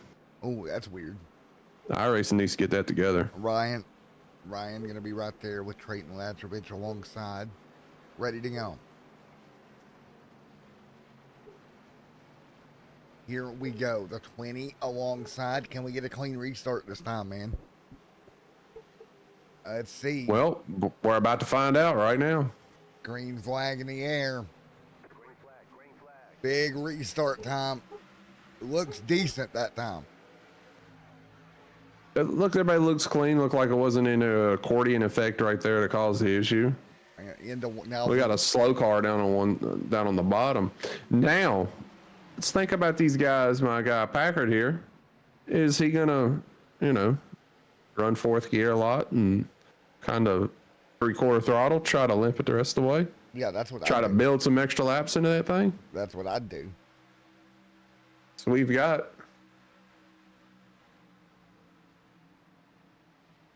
I mean, that's exactly what I do. They're 2x2s. The pack's speed kind of slower. We got 37 laps left.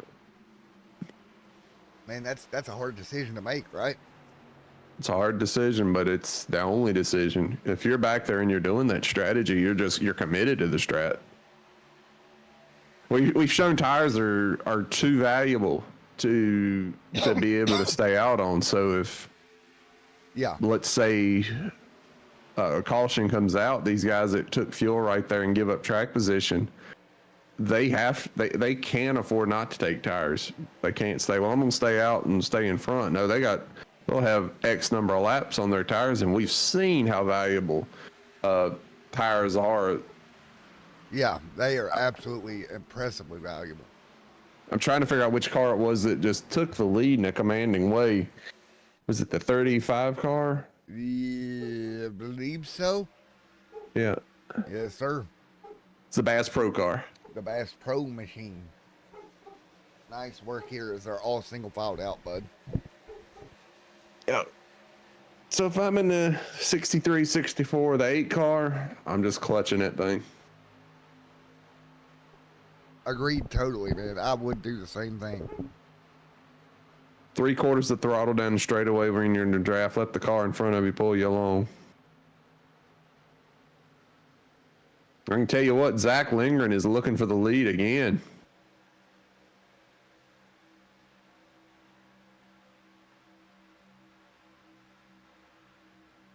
Did Zach Lindgren have any wins this year?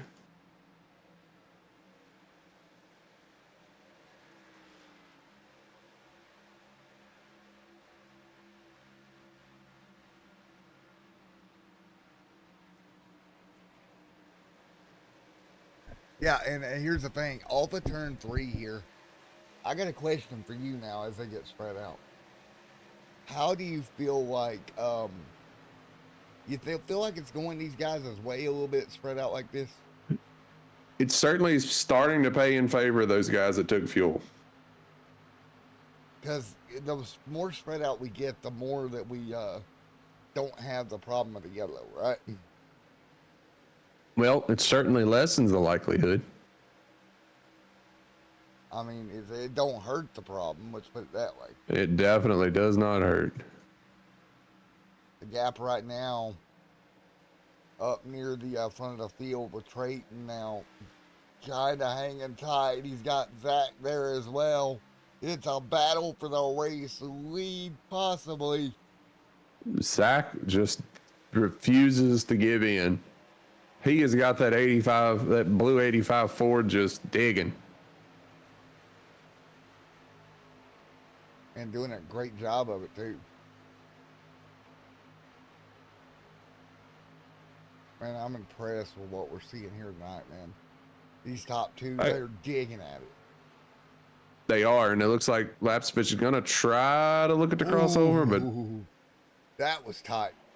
He is. There he goes. He's going to sneak his nose in there. He's just going to try to put that air on the rear spoiler of that 85 and pull him back.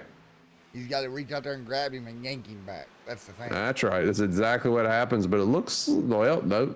Thought for a second Lindgren was going to get the momentum out of the tunnel turn. Oh, somebody just gave him a tap. Tyler in the 61 gave Lapsevich a tap in the rear end and really shot him up. Yes, sir. Lapsevich continuing right there alongside with Zach. down the short chute here tonight. Man, this is so interesting. 2 by 2, they stay stacked up. That they do, and I think Lingering may be able to close the door here. Can he, though? Back single file for a moment. Zach trying to pull away, trying to close the door. He does for now. If it play anything like the last run, he's going to step away from these guys. And he pretty much has to. There's a chance he's not going to make it on fuel, but some of these others do. I mean, He's going to have to run it for all it's worth. he's got to go, right? Here we go, snaking down the front stretch. Trayton Lasovich did not follow him. Doing the Indy shuffle again. Fell in the Indy shuffle. There you go. Top 3 nice and tight with each other. I like the looks of these top 3 race cars.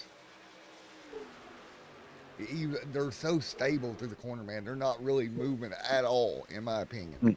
No, and they're kind of probably saving their equipment. I don't think that they know what the fuel situation is behind them unless they've got a crew chief helping them out. So, yeah, one lap at a time. We really can see how much how yawed out these race cars are. Too. They are really yawed out. Yeah, and I mean, that makes it a fun car to drive. So what do you do in this scenario if you're the 85 and you got the race lead right now, just kind of holding on? I don't think so. I think you got to do all you can. You want to get out there and get as big a lead on those cars that may not make it on fuel. So this is just a possibility. They're going to have to save a little bit back there to make it. The 64, the 63, the 8, those guys at pit, they're going to probably have to save a little. Meaning, if this 85 can get away, it's a possibility he could come in and hit it with fuel and get back out and not lose the lead, especially with them saving in combination. So I'm going to run the crap out of this thing and try to get me a lead and stretch this thing out over the next, I don't know, you almost can run it to lap 95 for that matter. It doesn't really matter, which I'm not really sure how much fuel they have, Right. but they can go to all the way up to the point where they have to pit, which I'm guessing will be around 10 to go. Right. I agree with you, and I think that's going to be the play here tonight. And, you know, as they've spread out, it's very difficult, right, to really pinpoint what you want to do right now if we get a yellow. If we do not, I think the die is kind of cast. The die is kind of cast. Let me go through the field and see who all is on the first car on this extra fuel strat. He's going to be Ross Brockham in the 80. Look at what we've got right now. We've just got a lot of great race cars right now, in my opinion, that are here tonight with Zach up front just getting after it. The gap 0.3 of a second now. Taking a look, William Knopf back here. He's in the midst of a battle himself, along with Nathan 2x2. That's going to be 11th, 10th, 11th, 12th, right here on the screen that you're looking at. Right now, if it were to go green, Ross Brockman is really in the catbird seat. Yeah. He's the first car with that pitted with for fuel, and I can tell you he is not running that race car hard. And he's right 15th right now. If this goes all the way, he's 15, and he is at a snail's pace. He's just running 55.9. He's clutching it going into the tunnel turn right here. Oh, he's in great shape. In theory. In theory. I mean, if here's the thing. How close is everybody? How close is close? Yeah. I mean, to your point, if it's what we think it is, he could be in tremendous shape. Certainly appears that way. Trayton Lasovich is continuing to fall off of Zach there. Don't look now. Vanzo right there behind him. Tyler trying to move forward. Gangle into the top 4. Ryan Kendrick there in 5th. So Ken trying to come up with something. A little bit of side-by-side racing there between Lorraine, Water, and Brown. Claude also picking up a spot over Tyler as Tyler makes a mistake off the tunnel. We don't have time for mistakes. No, we don't. It's showtime now. Taking a look here, Nick Hansen. Good run for Nick, up 11 spots tonight in the 99 car. He'll move into the top 10 here late. Right there with Nathan side by side. Into turn 1. Man, it's so hard going into 1 there. You try to look at those cones. If you're the inside car, it makes it really difficult to see your braking point. Definitely does. Because again, you go off objects like cones in the fence or a certain, even a pole or something. And when you're on the inside, it's hard to see that. Yes. That's why you're so tended to, if you're on the inside, overdrive the corner because you can't see the marker that you've been looking at for the past 70, 80 laps. Correct. You get down there and you can't see it anymore and you're like, ruh-roh. The next thing you know, you're in turn 1, missed your brake point, missed the turn, missed the apex, and did not miss the wall. I mean, to be fair, that's why we see a lot of crossovers, right? You drive it in there deep. Like you say, yep, exactly. You just get into Yep. You give up the position. You give up the position, and you overshoot the turn a little bit, and that guy gets right back to you. And let's look a little bit further back. There is Zach 15th now. Levi Ross continuing to run 16th.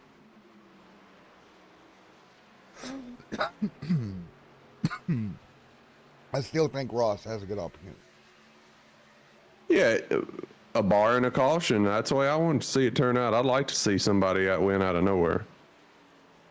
If he doesn't get a yellow, right? If the yellow comes, Yep, it's got to stay green, it appears. Alexander, pit road. Here we go. The 11 to pit road. He thinks he can't make it. I guess he's just going to take the hit first. Well, track's big enough you can go down pit road and not go a lap down, so that's helpful. Now, what that 11 is, so 2 ways this could work out. He hopes everybody doesn't make it, or the alternative is he comes up rolling off the pit road, yellow flag flies, then he stays out and takes the race lead. He's bidding for tires too. Yeah. Oh, if the yellow comes, Interesting. If the yellow comes out and you have tires, you got to take them. Yeah, you do. I'm just kind of curious what these guys are pitting early, but I mean, we got 24 laps to go, so. You know, I would love for a telemetry to tell us how many sets of tires they had left.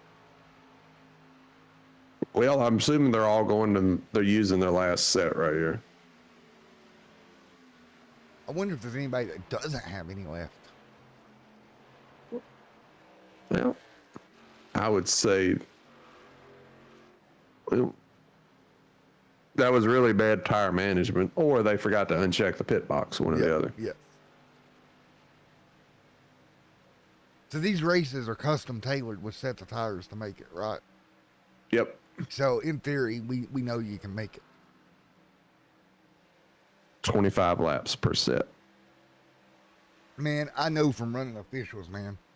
You get in a predicament where you don't have a set of tires left and a race yellow and everybody else does, you feel like a helpless bird. Yeah, you do. Because there's nothing worse. Taking a look, battle for second. That is Ryan and Daniel going at it into turn 1 right now. Meanwhile, Zach's already 3/4 of the way to Atlanta.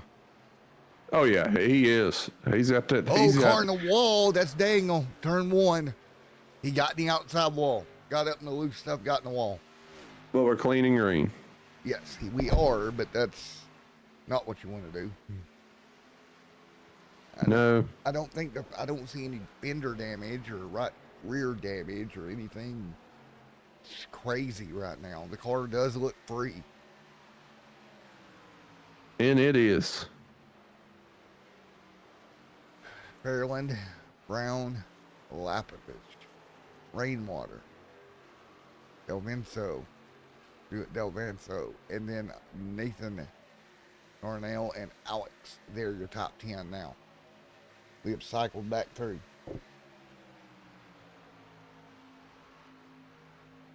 And again, Xfinity Corner right here at Pocono. Take a look here. William Knopf going to try to hold off Zachary. Zachary going to send it down into turbo. Good move by Zach, buddy. Good move.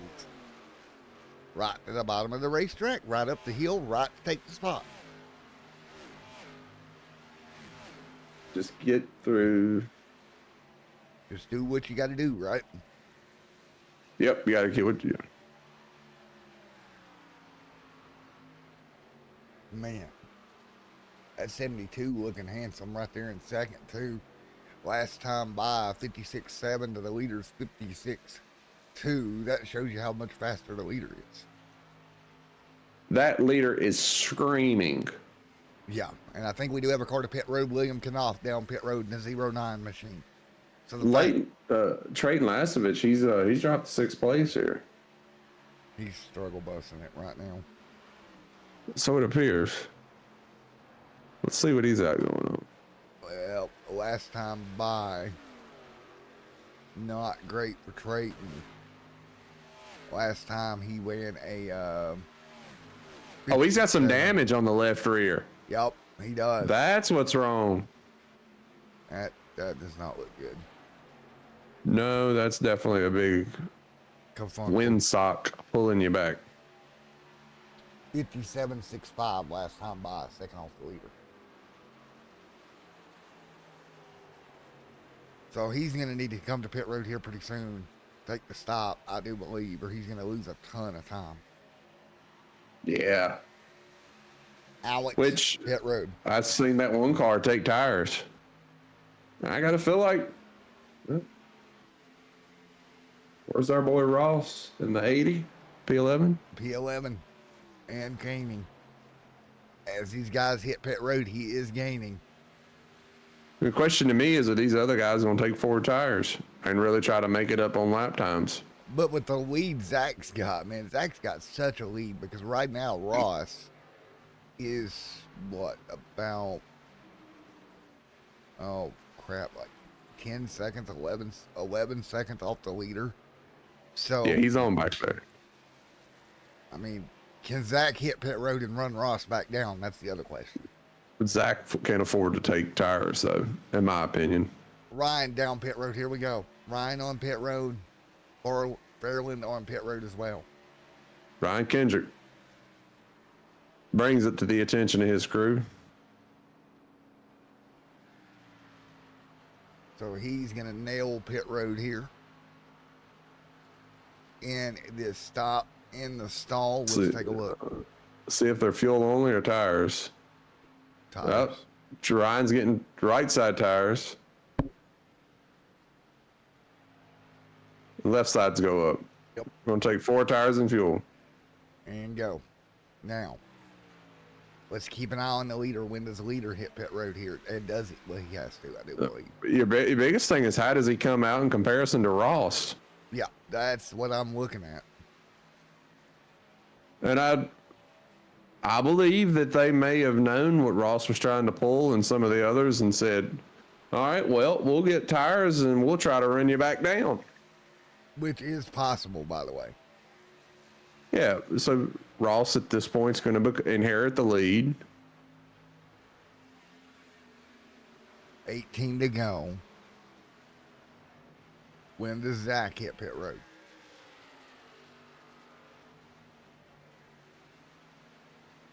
This is like that song, I believe in Ross.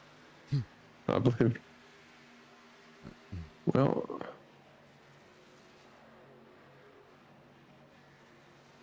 we've been tracking this strategy for such a long time now. yeah, and Pocono lends itself to it. He needed this thing to stay green, and so far it's done just that. We got another one to pit road. That's going to be Daniel, first one of the top 3 down. That's going to be the 53 on pit road. Latchipich down as well. Which the 20 needed that too. He had a wind sail.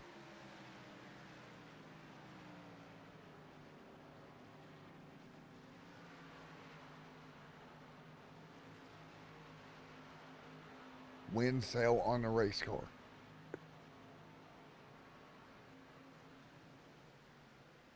Sorry, I'm trying to look through some notes here.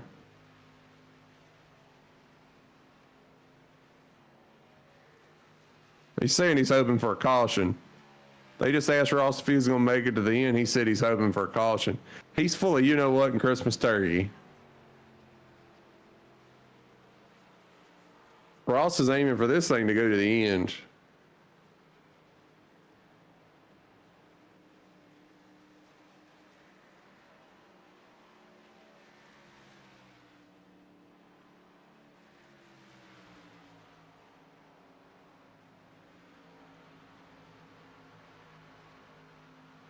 And there we go, Zach.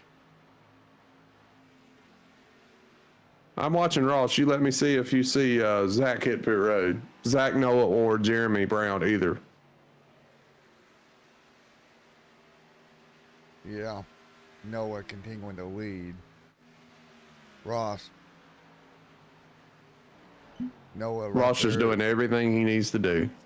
Yes, he is. He has slid back. Nice by 2 seconds.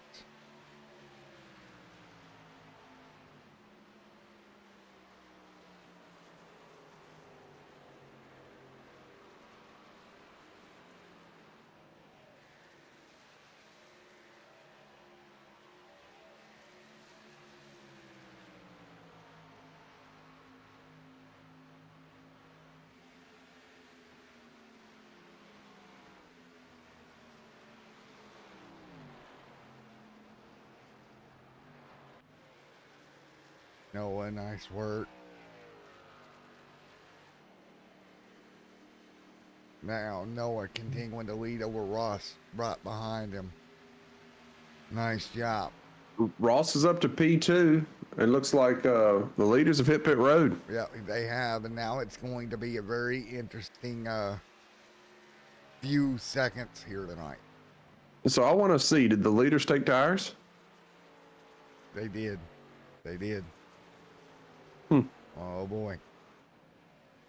Has Ross got enough in the fuel tank, and does he have the lead enough to do it? Well, one thing's for sure, if he don't, I don't know what his plan is. Take a look at strategy-wise right now and where we're at. Man, this is going to be so interesting with just 14 to go.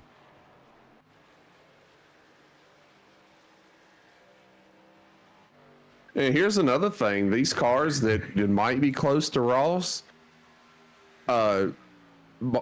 Zach's got to fight his way through those cars, too. Yeah, he does. He's got to do it.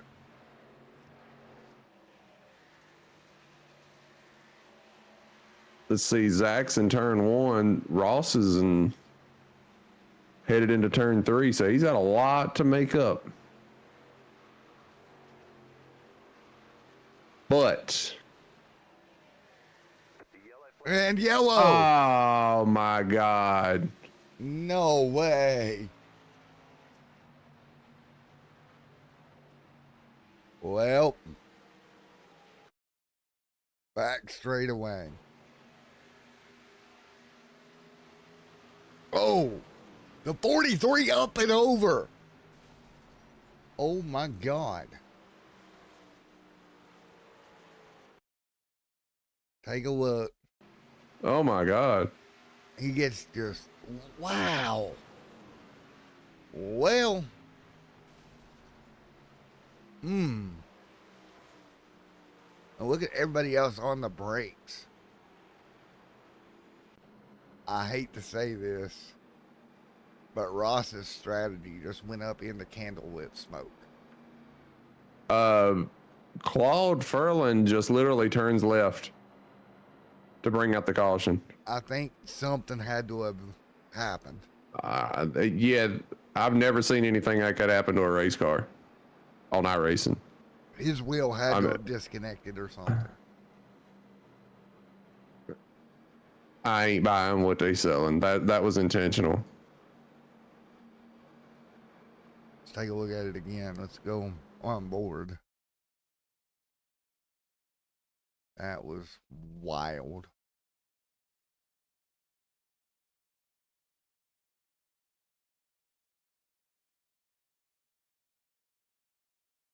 Cockpit cam.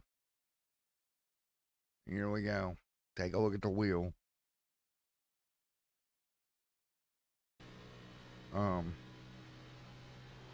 What the? Folks, the tail's in the tape. That wheel was jerking on. I don't know if he had a wheel failure or what happened, but it just turned dead left.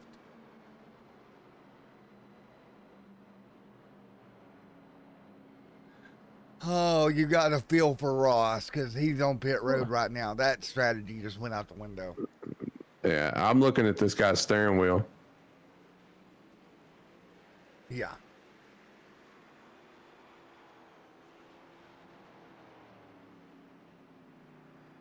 I don't know why, but that was Something.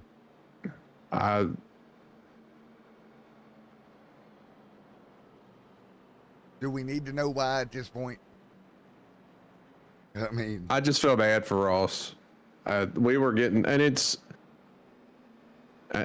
just sucks. There's no reason for that. the only other thing, like I said, I can think of is a wheel failure of some sort. Man.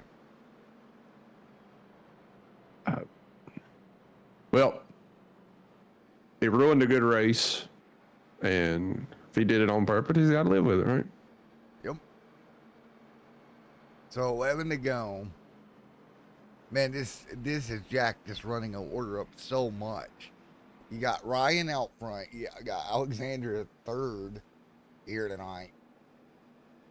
Wow. William Knopf, Trey Denolatrovitz right there. Steve. Rainwater. Ross. Packard there as well.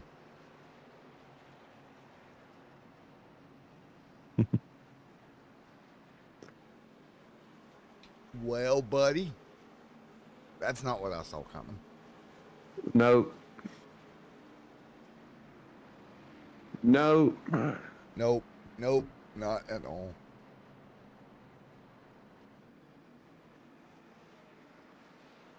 It's Zach Lingren's race to lose now. Boy. Well, let's see what we got.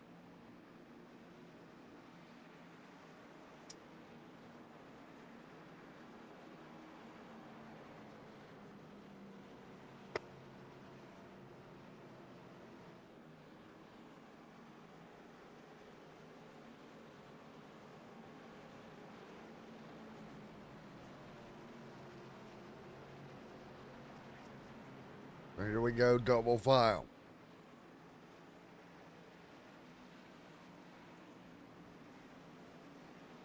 Let's do it. See what they got. Yes, sir. Ryan out front. Let's go to green here.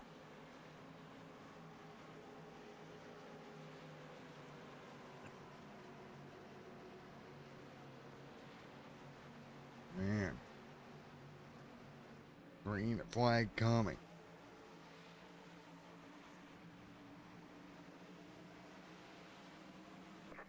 Green in the air. Let's go. Green.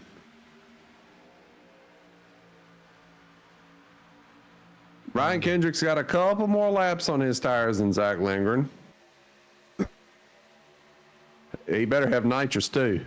Yes, he better, as we're back underway in the one. And oh boy, one car sideways, middle of the pack. Hang on to it. Up the hill he goes. It's like Alexander. Oh, wrecking off the two. Oh, wreck. Oh, and another wreck. Ooh, disaster. And there we go. Caution is out. The 96 destroyed. Demolished disaster. They were 4 wide in front of him, and it gets stacked up right there. The 80 into him, squeezing him in the outside wall, and then right into that little jetty of the wall. Man. His night. Capished. Done. Oh, well, shit. I hate that for him. Beep. Yep. I hit the That's button. Mettler's channel. I hit the button. Did you? Yep.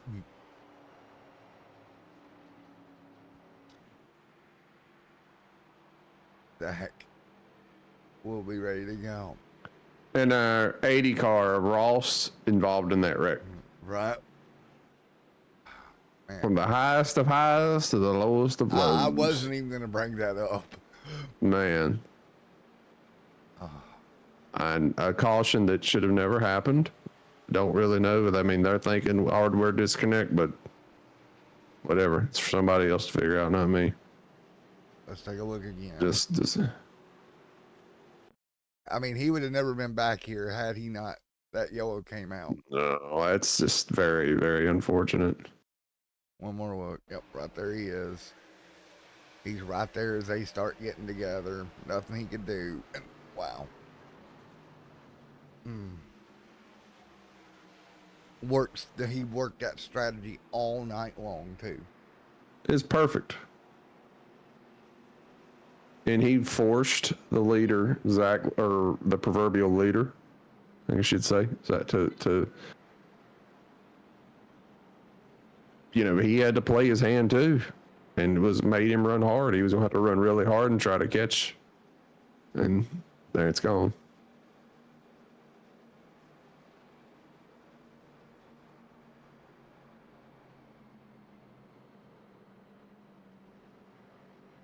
But Lights are out. So, nope, they're still on. I thought they went out. They're still on. The lights on that iRacing pace car are a little bit more difficult to see today than normal. they are. Maybe they need to change a light bulb. Maybe they need to just hurry up. Maybe we need a new pace car. That's right. Excuse me.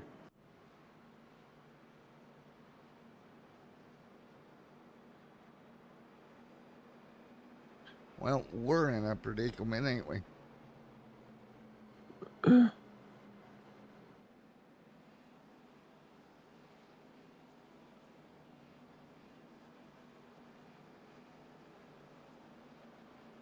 Well,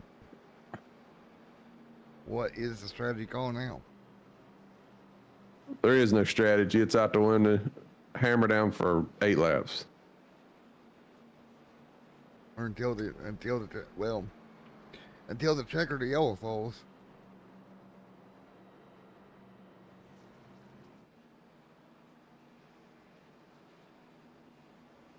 Well, that was disastrous. Ryan, you think Ryan's got enough to make it happen? I never say never. He could have been holding back. He could have been a sleeper on us.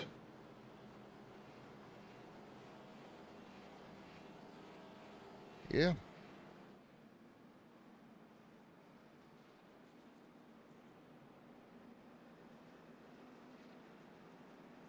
What do you do and how do you do these final few laps is what matters. The strategy call all night, right? Lights are off. But the strategy call was so crazy all night. And I told you, I thought that somebody would try strategy, but I didn't know it was gonna work out quite like that. No, nobody expected that. That's the beautiful part. Well, not beautiful, but I wanted to see it. I just couldn't figure out if it would happen like that. here we go. It's going to be interesting.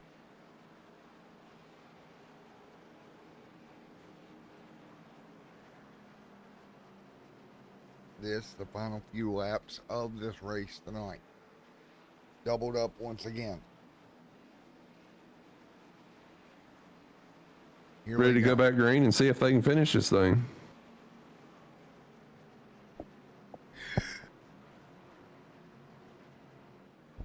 I'm glad I got to the mute button. Wow. Was you yawning? No, I sneezed so hard I about hit my head. Well, That's funny. You just hear me falling out of the chair sneezing. Here we go. Ryan out front.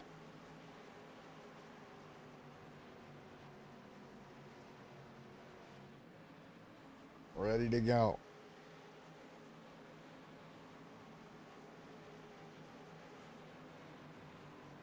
all right. See what you got. What kind of strategy do you use? I like that Fender race car. The 72's running. Yep. Coming to green. Green, green, green.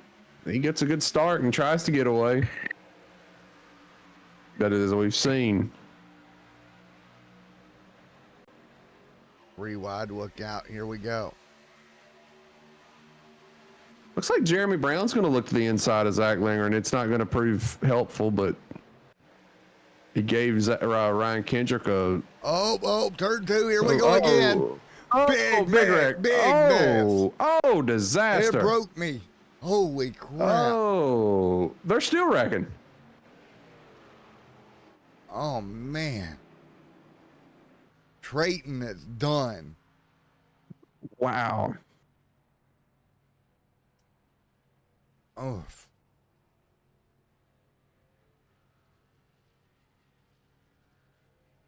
Well, there goes Latchovitz for tonight. Yeah. Not what you wanted to see.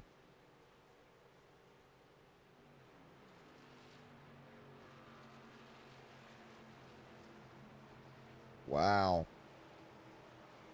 Yeah, that was a heck of a wreck. Well,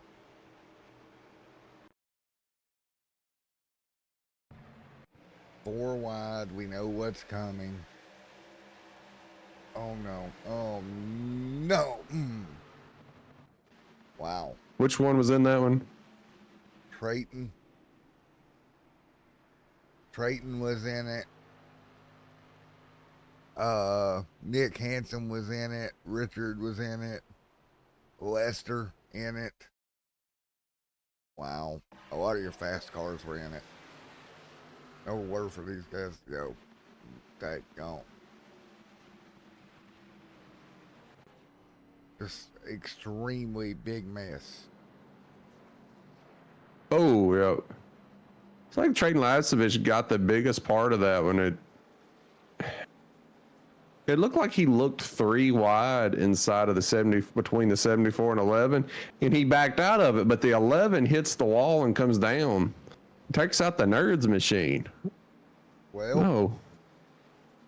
Is that the Nerds machine? No. It happened so fast. It's something different. Cold something or another. I thought he wrecked that Nerds machine, man. I like that car. The Cold Rush Premium Light Lager. Ford is demolished, along with the 20 car of Trayton Lapsovich. well, now what? I don't know, but I'm gonna get a few more yawns in. It's Now, 10:30 on the East Coast. Ryan out The- front. These young Thundercats can hang better than me. 3 to go. Just think, after this race, I plan on getting in the car and running Bristol. No. You sure about that? You want to come with me, man? It's only 150 laps at Bristol. I caught my pillows calling my name. Been a long day. I've been up since 5. Well, see, that's why these young cats hang longer, is because we're dumb and we don't go to bed early, and then we don't get up to like 12 in the morning or 12 in the afternoon. No. We're not cool like My- that were, huh? My cat's literally walking by saying, "Come to bed." He just meowing. Come up here. Come up As here. long as you're not getting the look from the old lady. Yeah. Good. Oh, I did, but I had the headphones on. I didn't pay no attention. Oh, you got that look. Yeah, you can feel it, you know? Yeah. Even though you don't acknowledge it, you can feel it. You're just like, oh, crap.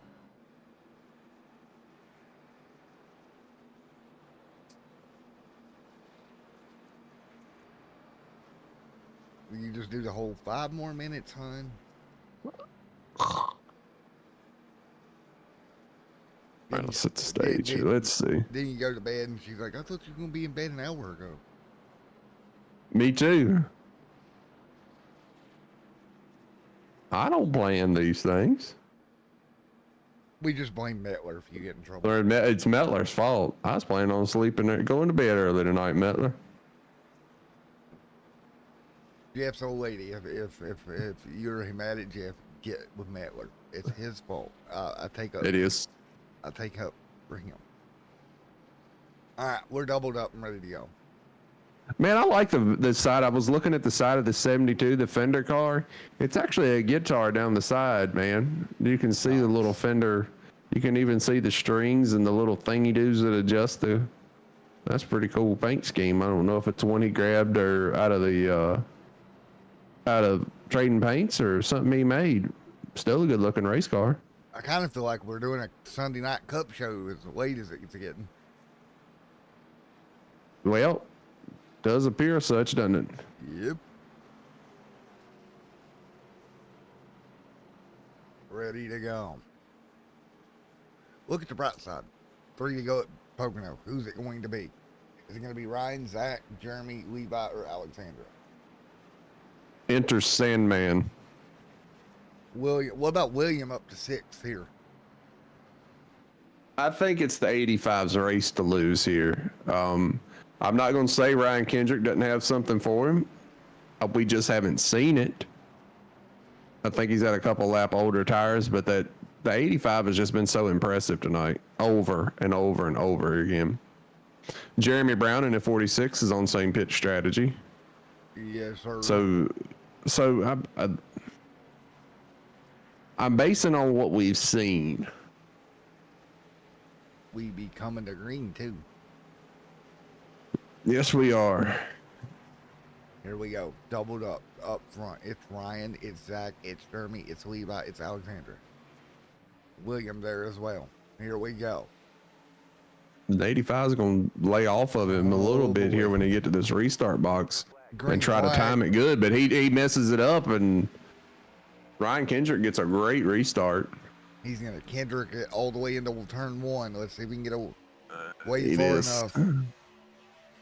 Oh boy. Oh boy. Shenanigans into 1. Here we go. Can we make it through? 3 wide. It's going to be tight. 4. Oh, and we had some Oh boy, oh boy, oh boy, oh boy, oh boy, oh boy, car way low. We are good. We're good. Oh And- my goodness. Zach Lindgren slipped up a little bit. Look at Ryan out front coming to the white flag. Nope, yellow is out. Oh. That's it. Yellow is out. We're gonna have another restart. I thought we were gonna get to the start finish line there for a moment. Looks like the 83 just dive bombed some. Well, it was scheduled to be a 100-lap race. It's gonna be a little bit longer now. Oh, the 63 just dive bombs Yep. in, and Oh my goodness. the 19 is just. Yeah. Well, we get to do another restart, pal. After we clean up this mess. Take a look. Yep, they're just all together, and there we go. Man, what's that? 4 or 5 cars at least? Oh, yeah. Demolished race cars. Ryan's like, are you kidding me? I was literally 1 corner from the white. I'm not going to say Ryan did not have this one in the bag. I'll be honest with you. It looks like Zach Lindgren slipped up a little bit. and lost second place. And Ryan had a really good shot at winning this thing if it would have stayed green. It drives you absolutely insane to be the leader in these situations. It just is absolutely dreadful. Yeah, because all you can do is try to get back to start finish. Now, let's say you're in Zach Lindgren's position. He just needs you to go green. He feels like he's got the best car. Ryan Kendrick, he just was trying to make it back to the damn white flag, man. That's all he needed. What do you have to do?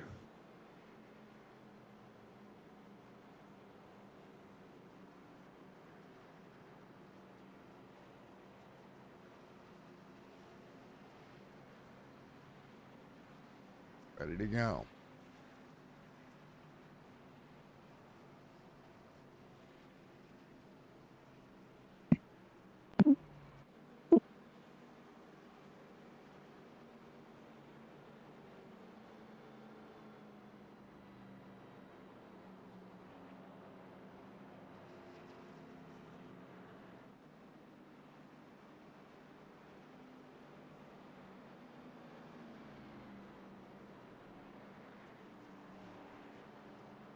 Ready to go.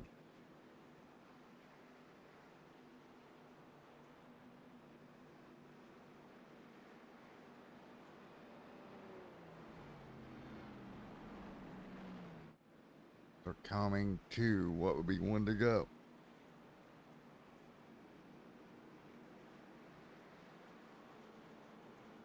Ryan, man, he has got to nail it.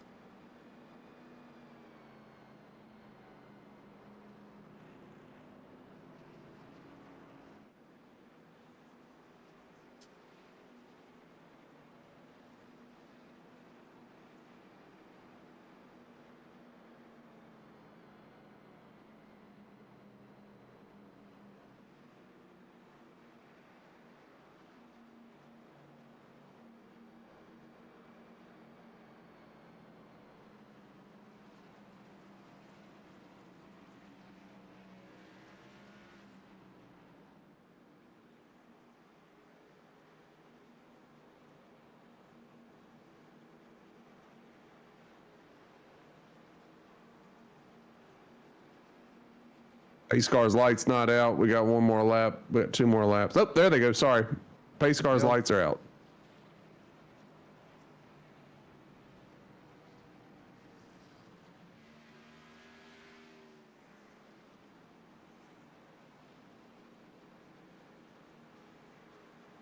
You know, I'm not sure what happened to 85 there on that last restart. He was running second, and then it just got away from him.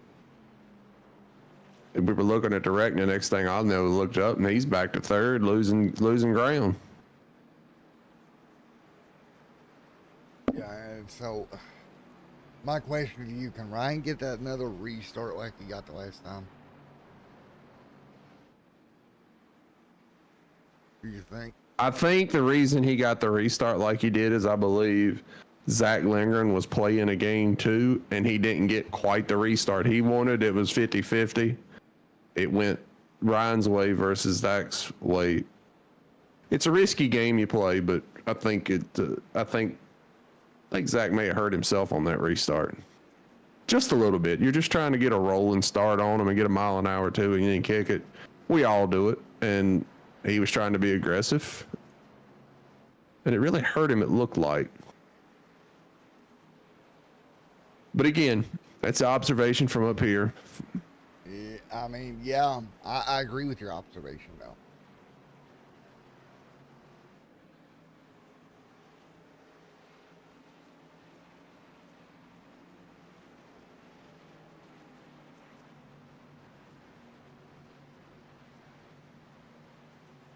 So again, it's Ryan out front, ready to go.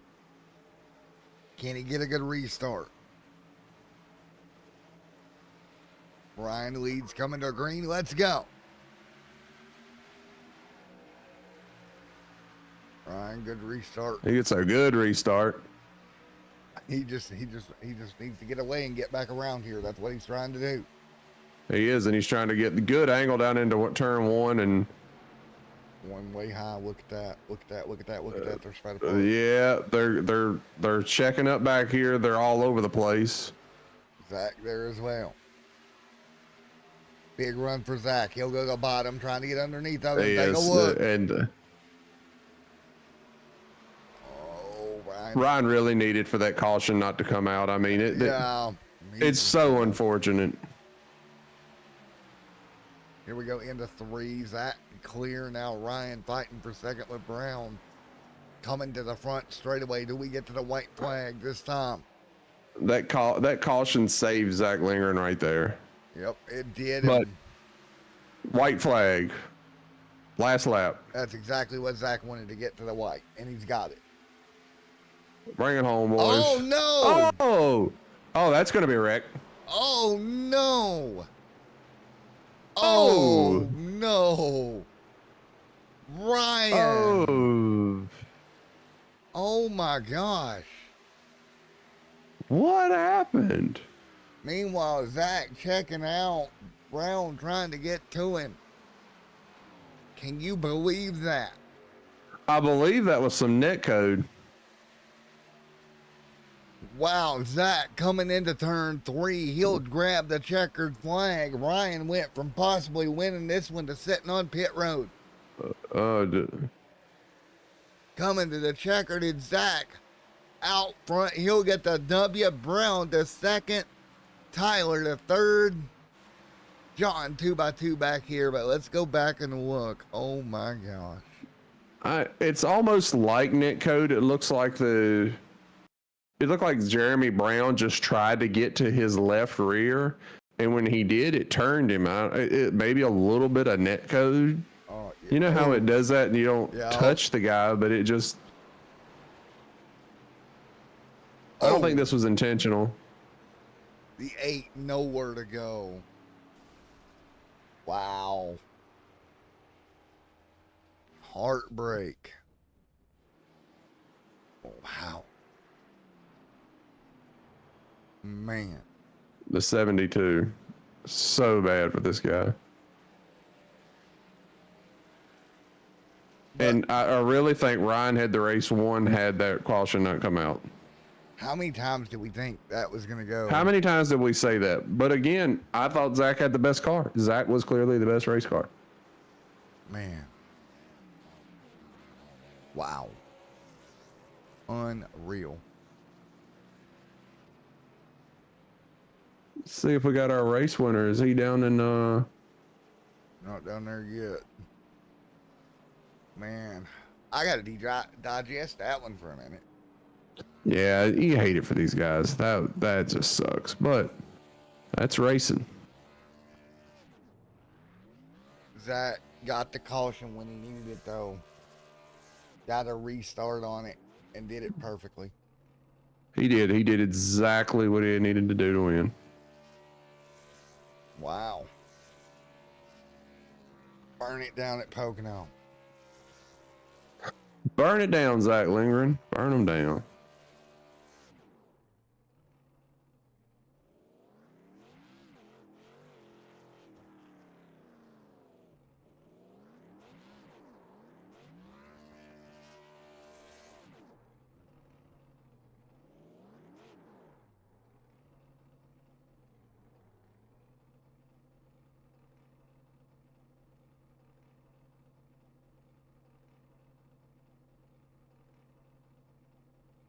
There you go. Congrats, Zach. Man. Holy cow, bro. All right, man. So wait on him to get down here.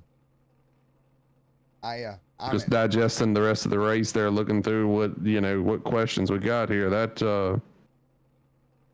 tough one, man. That was insane. But it was a good race. I enjoy that a lot. Happy for Zach getting the win, because I've been in his position when you know you've got the best car. You know you're the best car, and you just can't seem to catch a break. But here you go. I know how the other car here feels. Ryan, he felt like strategy call put him in position to win. Had that last caution not come out, been very different. All right, Zach. Jeff and Matt in the booth, you got a copy. Yes, sir. I got you guys. How about that victory lane in the Pocono Mountains? How about it, buddy?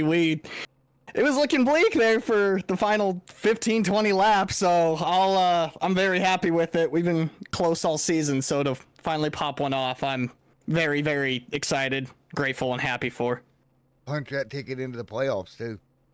Yes, sir. Yes, sir. We've been grinding all season. I came in a little late, and we've been grinding to get up into points, and we've been putting ourselves in good position. We just hadn't been able to pop one off, so I knew that a win was going to put me in a decent spot as far as playoffs go. So, like I said, I'm really grateful. I'm really happy tonight. Without Jeremy's help there, going into the tunnel turn with 2 laps to go, I don't know how quickly I would have caught the 72, but regardless, it was a really fun race, and man, finally happy to pop one off. Yeah, congratulations, man. And I feel like that last caution. I feel like that last caution definitely played to your favor. It looked like you slipped up on that last restart or the next last restart, but before you got that last caution, and it looked like Ryan may on the 72 was going to run away with it. Yeah, going into one like that, if you get up a little bit too high, there's a little bump, I think, in the second lane, maybe goes up to the third lane. So if you hit it, it just straightens the car out. And I was hoping that I angled the car enough that if it did straighten me out, I was still able to get through the corner, and I just started bouncing on it, and it shot me straight out towards the wall, so I had to lift out a little bit, and I thought I was done there as well. And then when that caution came out, I knew I was in a really good spot, but yeah, the turn one is dangerous if you're on the second lane, pretty much in the middle of the corner. So I wasn't too pleased that I was out there like that, but like you said, I think that last caution kind of played into our favor. Well, it appeared that I think there were some guys that was going to make it on fuel. I don't know for sure, but I think that the 80 car Ross. I think he was going to make it on fuel. So yeah.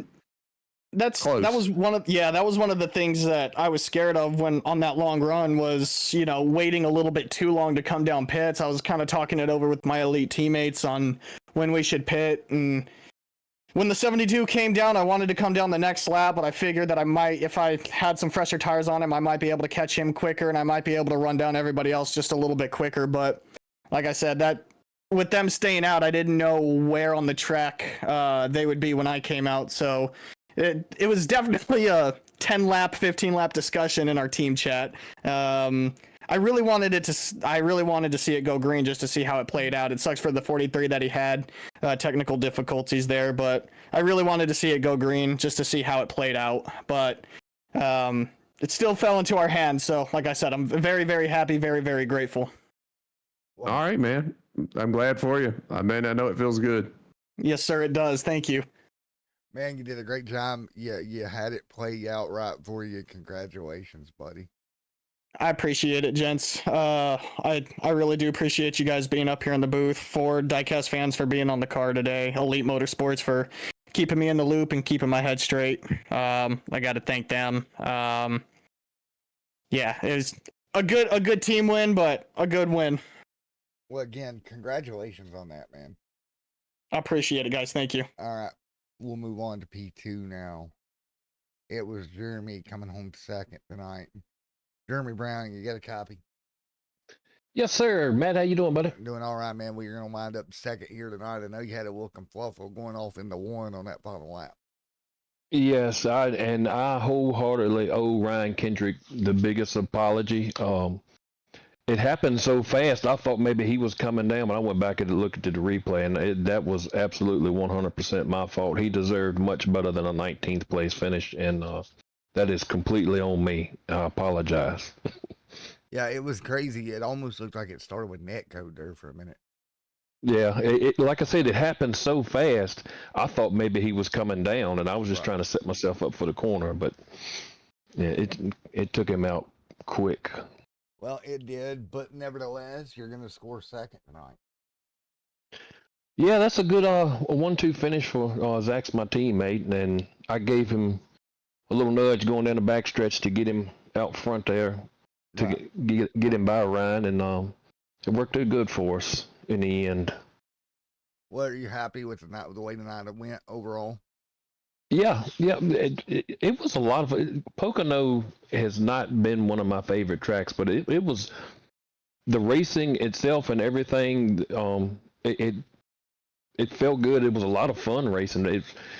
Sometimes it's a little frustrating, but that just means that the racing's good. You know what I mean? You get frustrated when you can't get by somebody sometimes. So, Jeremy, I gotta ask, where are you from? Your accent is familiar to me. I am from Virginia. Please tell me you're around Rustburg, somewhere in that area. Yes, sir.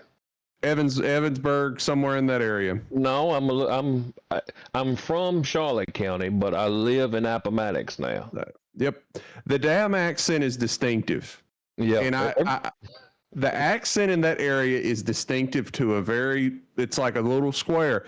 And I knew it when I heard it. I said, this guy's from Rustburg. Well, I consider it Rustburg because for work, I deal with Sonny Merriman down in Rustburg. Oh, yeah, so yeah. all those guys have the exact same voice. It is the strangest thing. And when you come in here, I'm like, oh my God, this guy has got the same. Yep, I can be in Rustburg in about 15 minutes. Yep. Rustburg, Evans, what is that? Evans, something like that. But Appomattox, y'all all have that. It's literally the same dialect. Mm-hmm. I could pick it out anywhere in the country. If you was in Iran talking like that, I would say this dude's from Virginia. Yeah, I get a whole lot on iRacing. They say I sound like Ward Burton. I was like, no, because Ward Burton sounds like he has an accent to me. Yes, that's a little bit more east of you, or Yeah. west. So I'm in Franklin County. So I'm just down the road from you. I'm in Rocky Mount. Okay, yeah. Like I said, I knew it right off the rip. I'm like, I know that dialect. It's its own unique accent. It's its own unique thing, sounds like. Yep. So, sometimes people need a translator when they talk to me, but it's all English, I promise. Oh, I understand it just fine. Yeah. Hey, everybody else talks funny, not us, right? That's right. That's exactly right. Yes, I know a lot of those guys down there with you in your area. Like good people there. Yeah. But like I said, all them are in the Sonny Merriman, the deal with buses and stuff like that. That's how I know them. Okay. Yeah. Well, I heard you got some pretty good stuff to come out of Jordan your way. So we might, next time you come up this way, we might have. Well, brother, I'm sitting here looking at a jar of it. What you talking about? Next time you come see Sonny, come see me too. All right, we can do that. All righty, guys. Well, dude, great race, by the way. Thank you, and I appreciate you guys coming in and broadcasting this for us, because, in my opinion, this league, the Xfinity is some great racing, a lot of talent in this league. And before I go, I just want to thank Chris Claw, because it is no telling the hours he puts in this league week after week, and I know how much he gets paid for it, and it's nothing. So, 3 different leagues. He runs 3 full-length leagues. So I don't know when the Tuesday night. I mean, Tuesday night gonna be the truck race.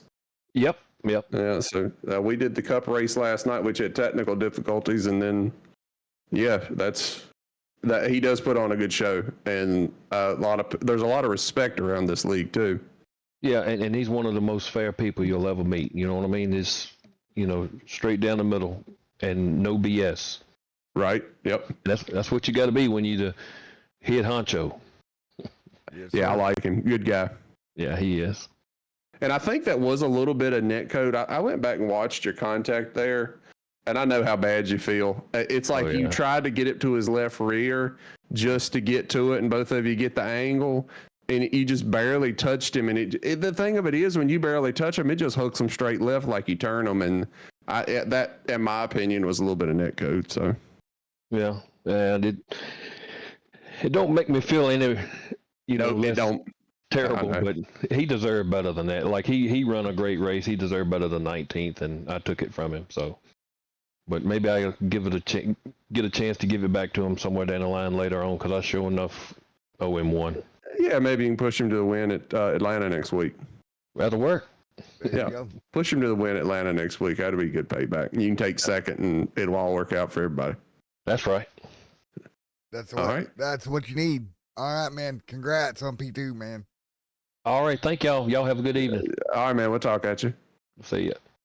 All right, let's talk to Ty coming home third. Ain't that something that I can literally recognize a man's accent out of nowhere? Yeah, that's crazy. That's crazy. It's that distinctive. It literally is that distinctive. There you go. That's crazy. All right, Ty, you got a copy? Yes, sir. All right, you're gonna wind up third here tonight, brother. Yeah, I'm not sure how we came back from that, but yeah, we got into some early trouble with our teammate Trayton there. He got tight through the tunnel, and I just had nowhere to go, and ended up getting some right rear damage from that. So yeah, happy to pull off a third from that. Well, man, you did a good job making the comeback. Yeah, those cautions definitely helped at the end with people wrecking. Yeah, that helped a ton. I think the yellow. You just got to be in the right position at the right time.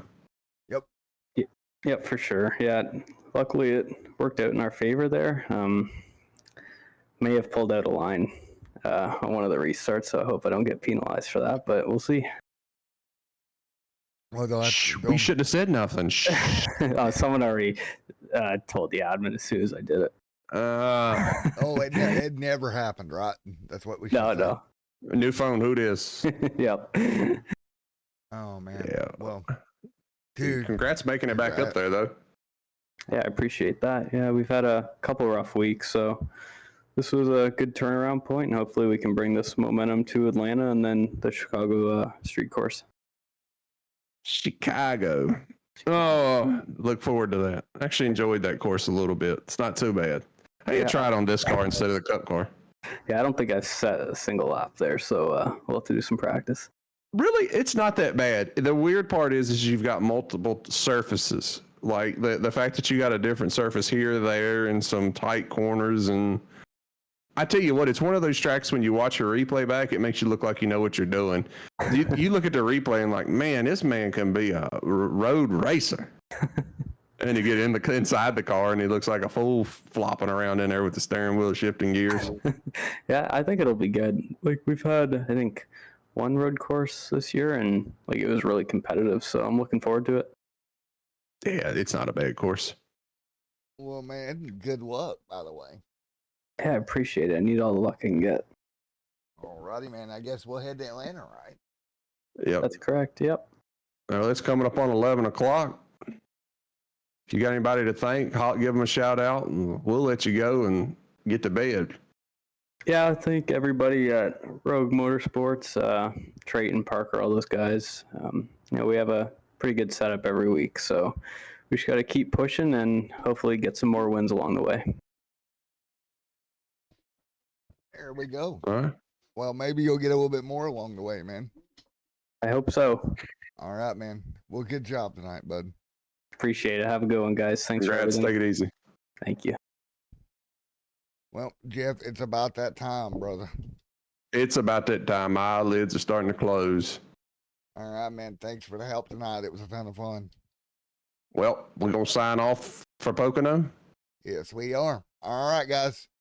Thanks for joining us here in the Redline Racing Network for Pocono here tonight, where we saw a night full of action. Thank you, everybody, for coming out. It's been Jeff and Matt in the booth, and the other Matt watching from afar. Thanks, everyone. Have a great night. We'll see you next week. Everyone stay safe.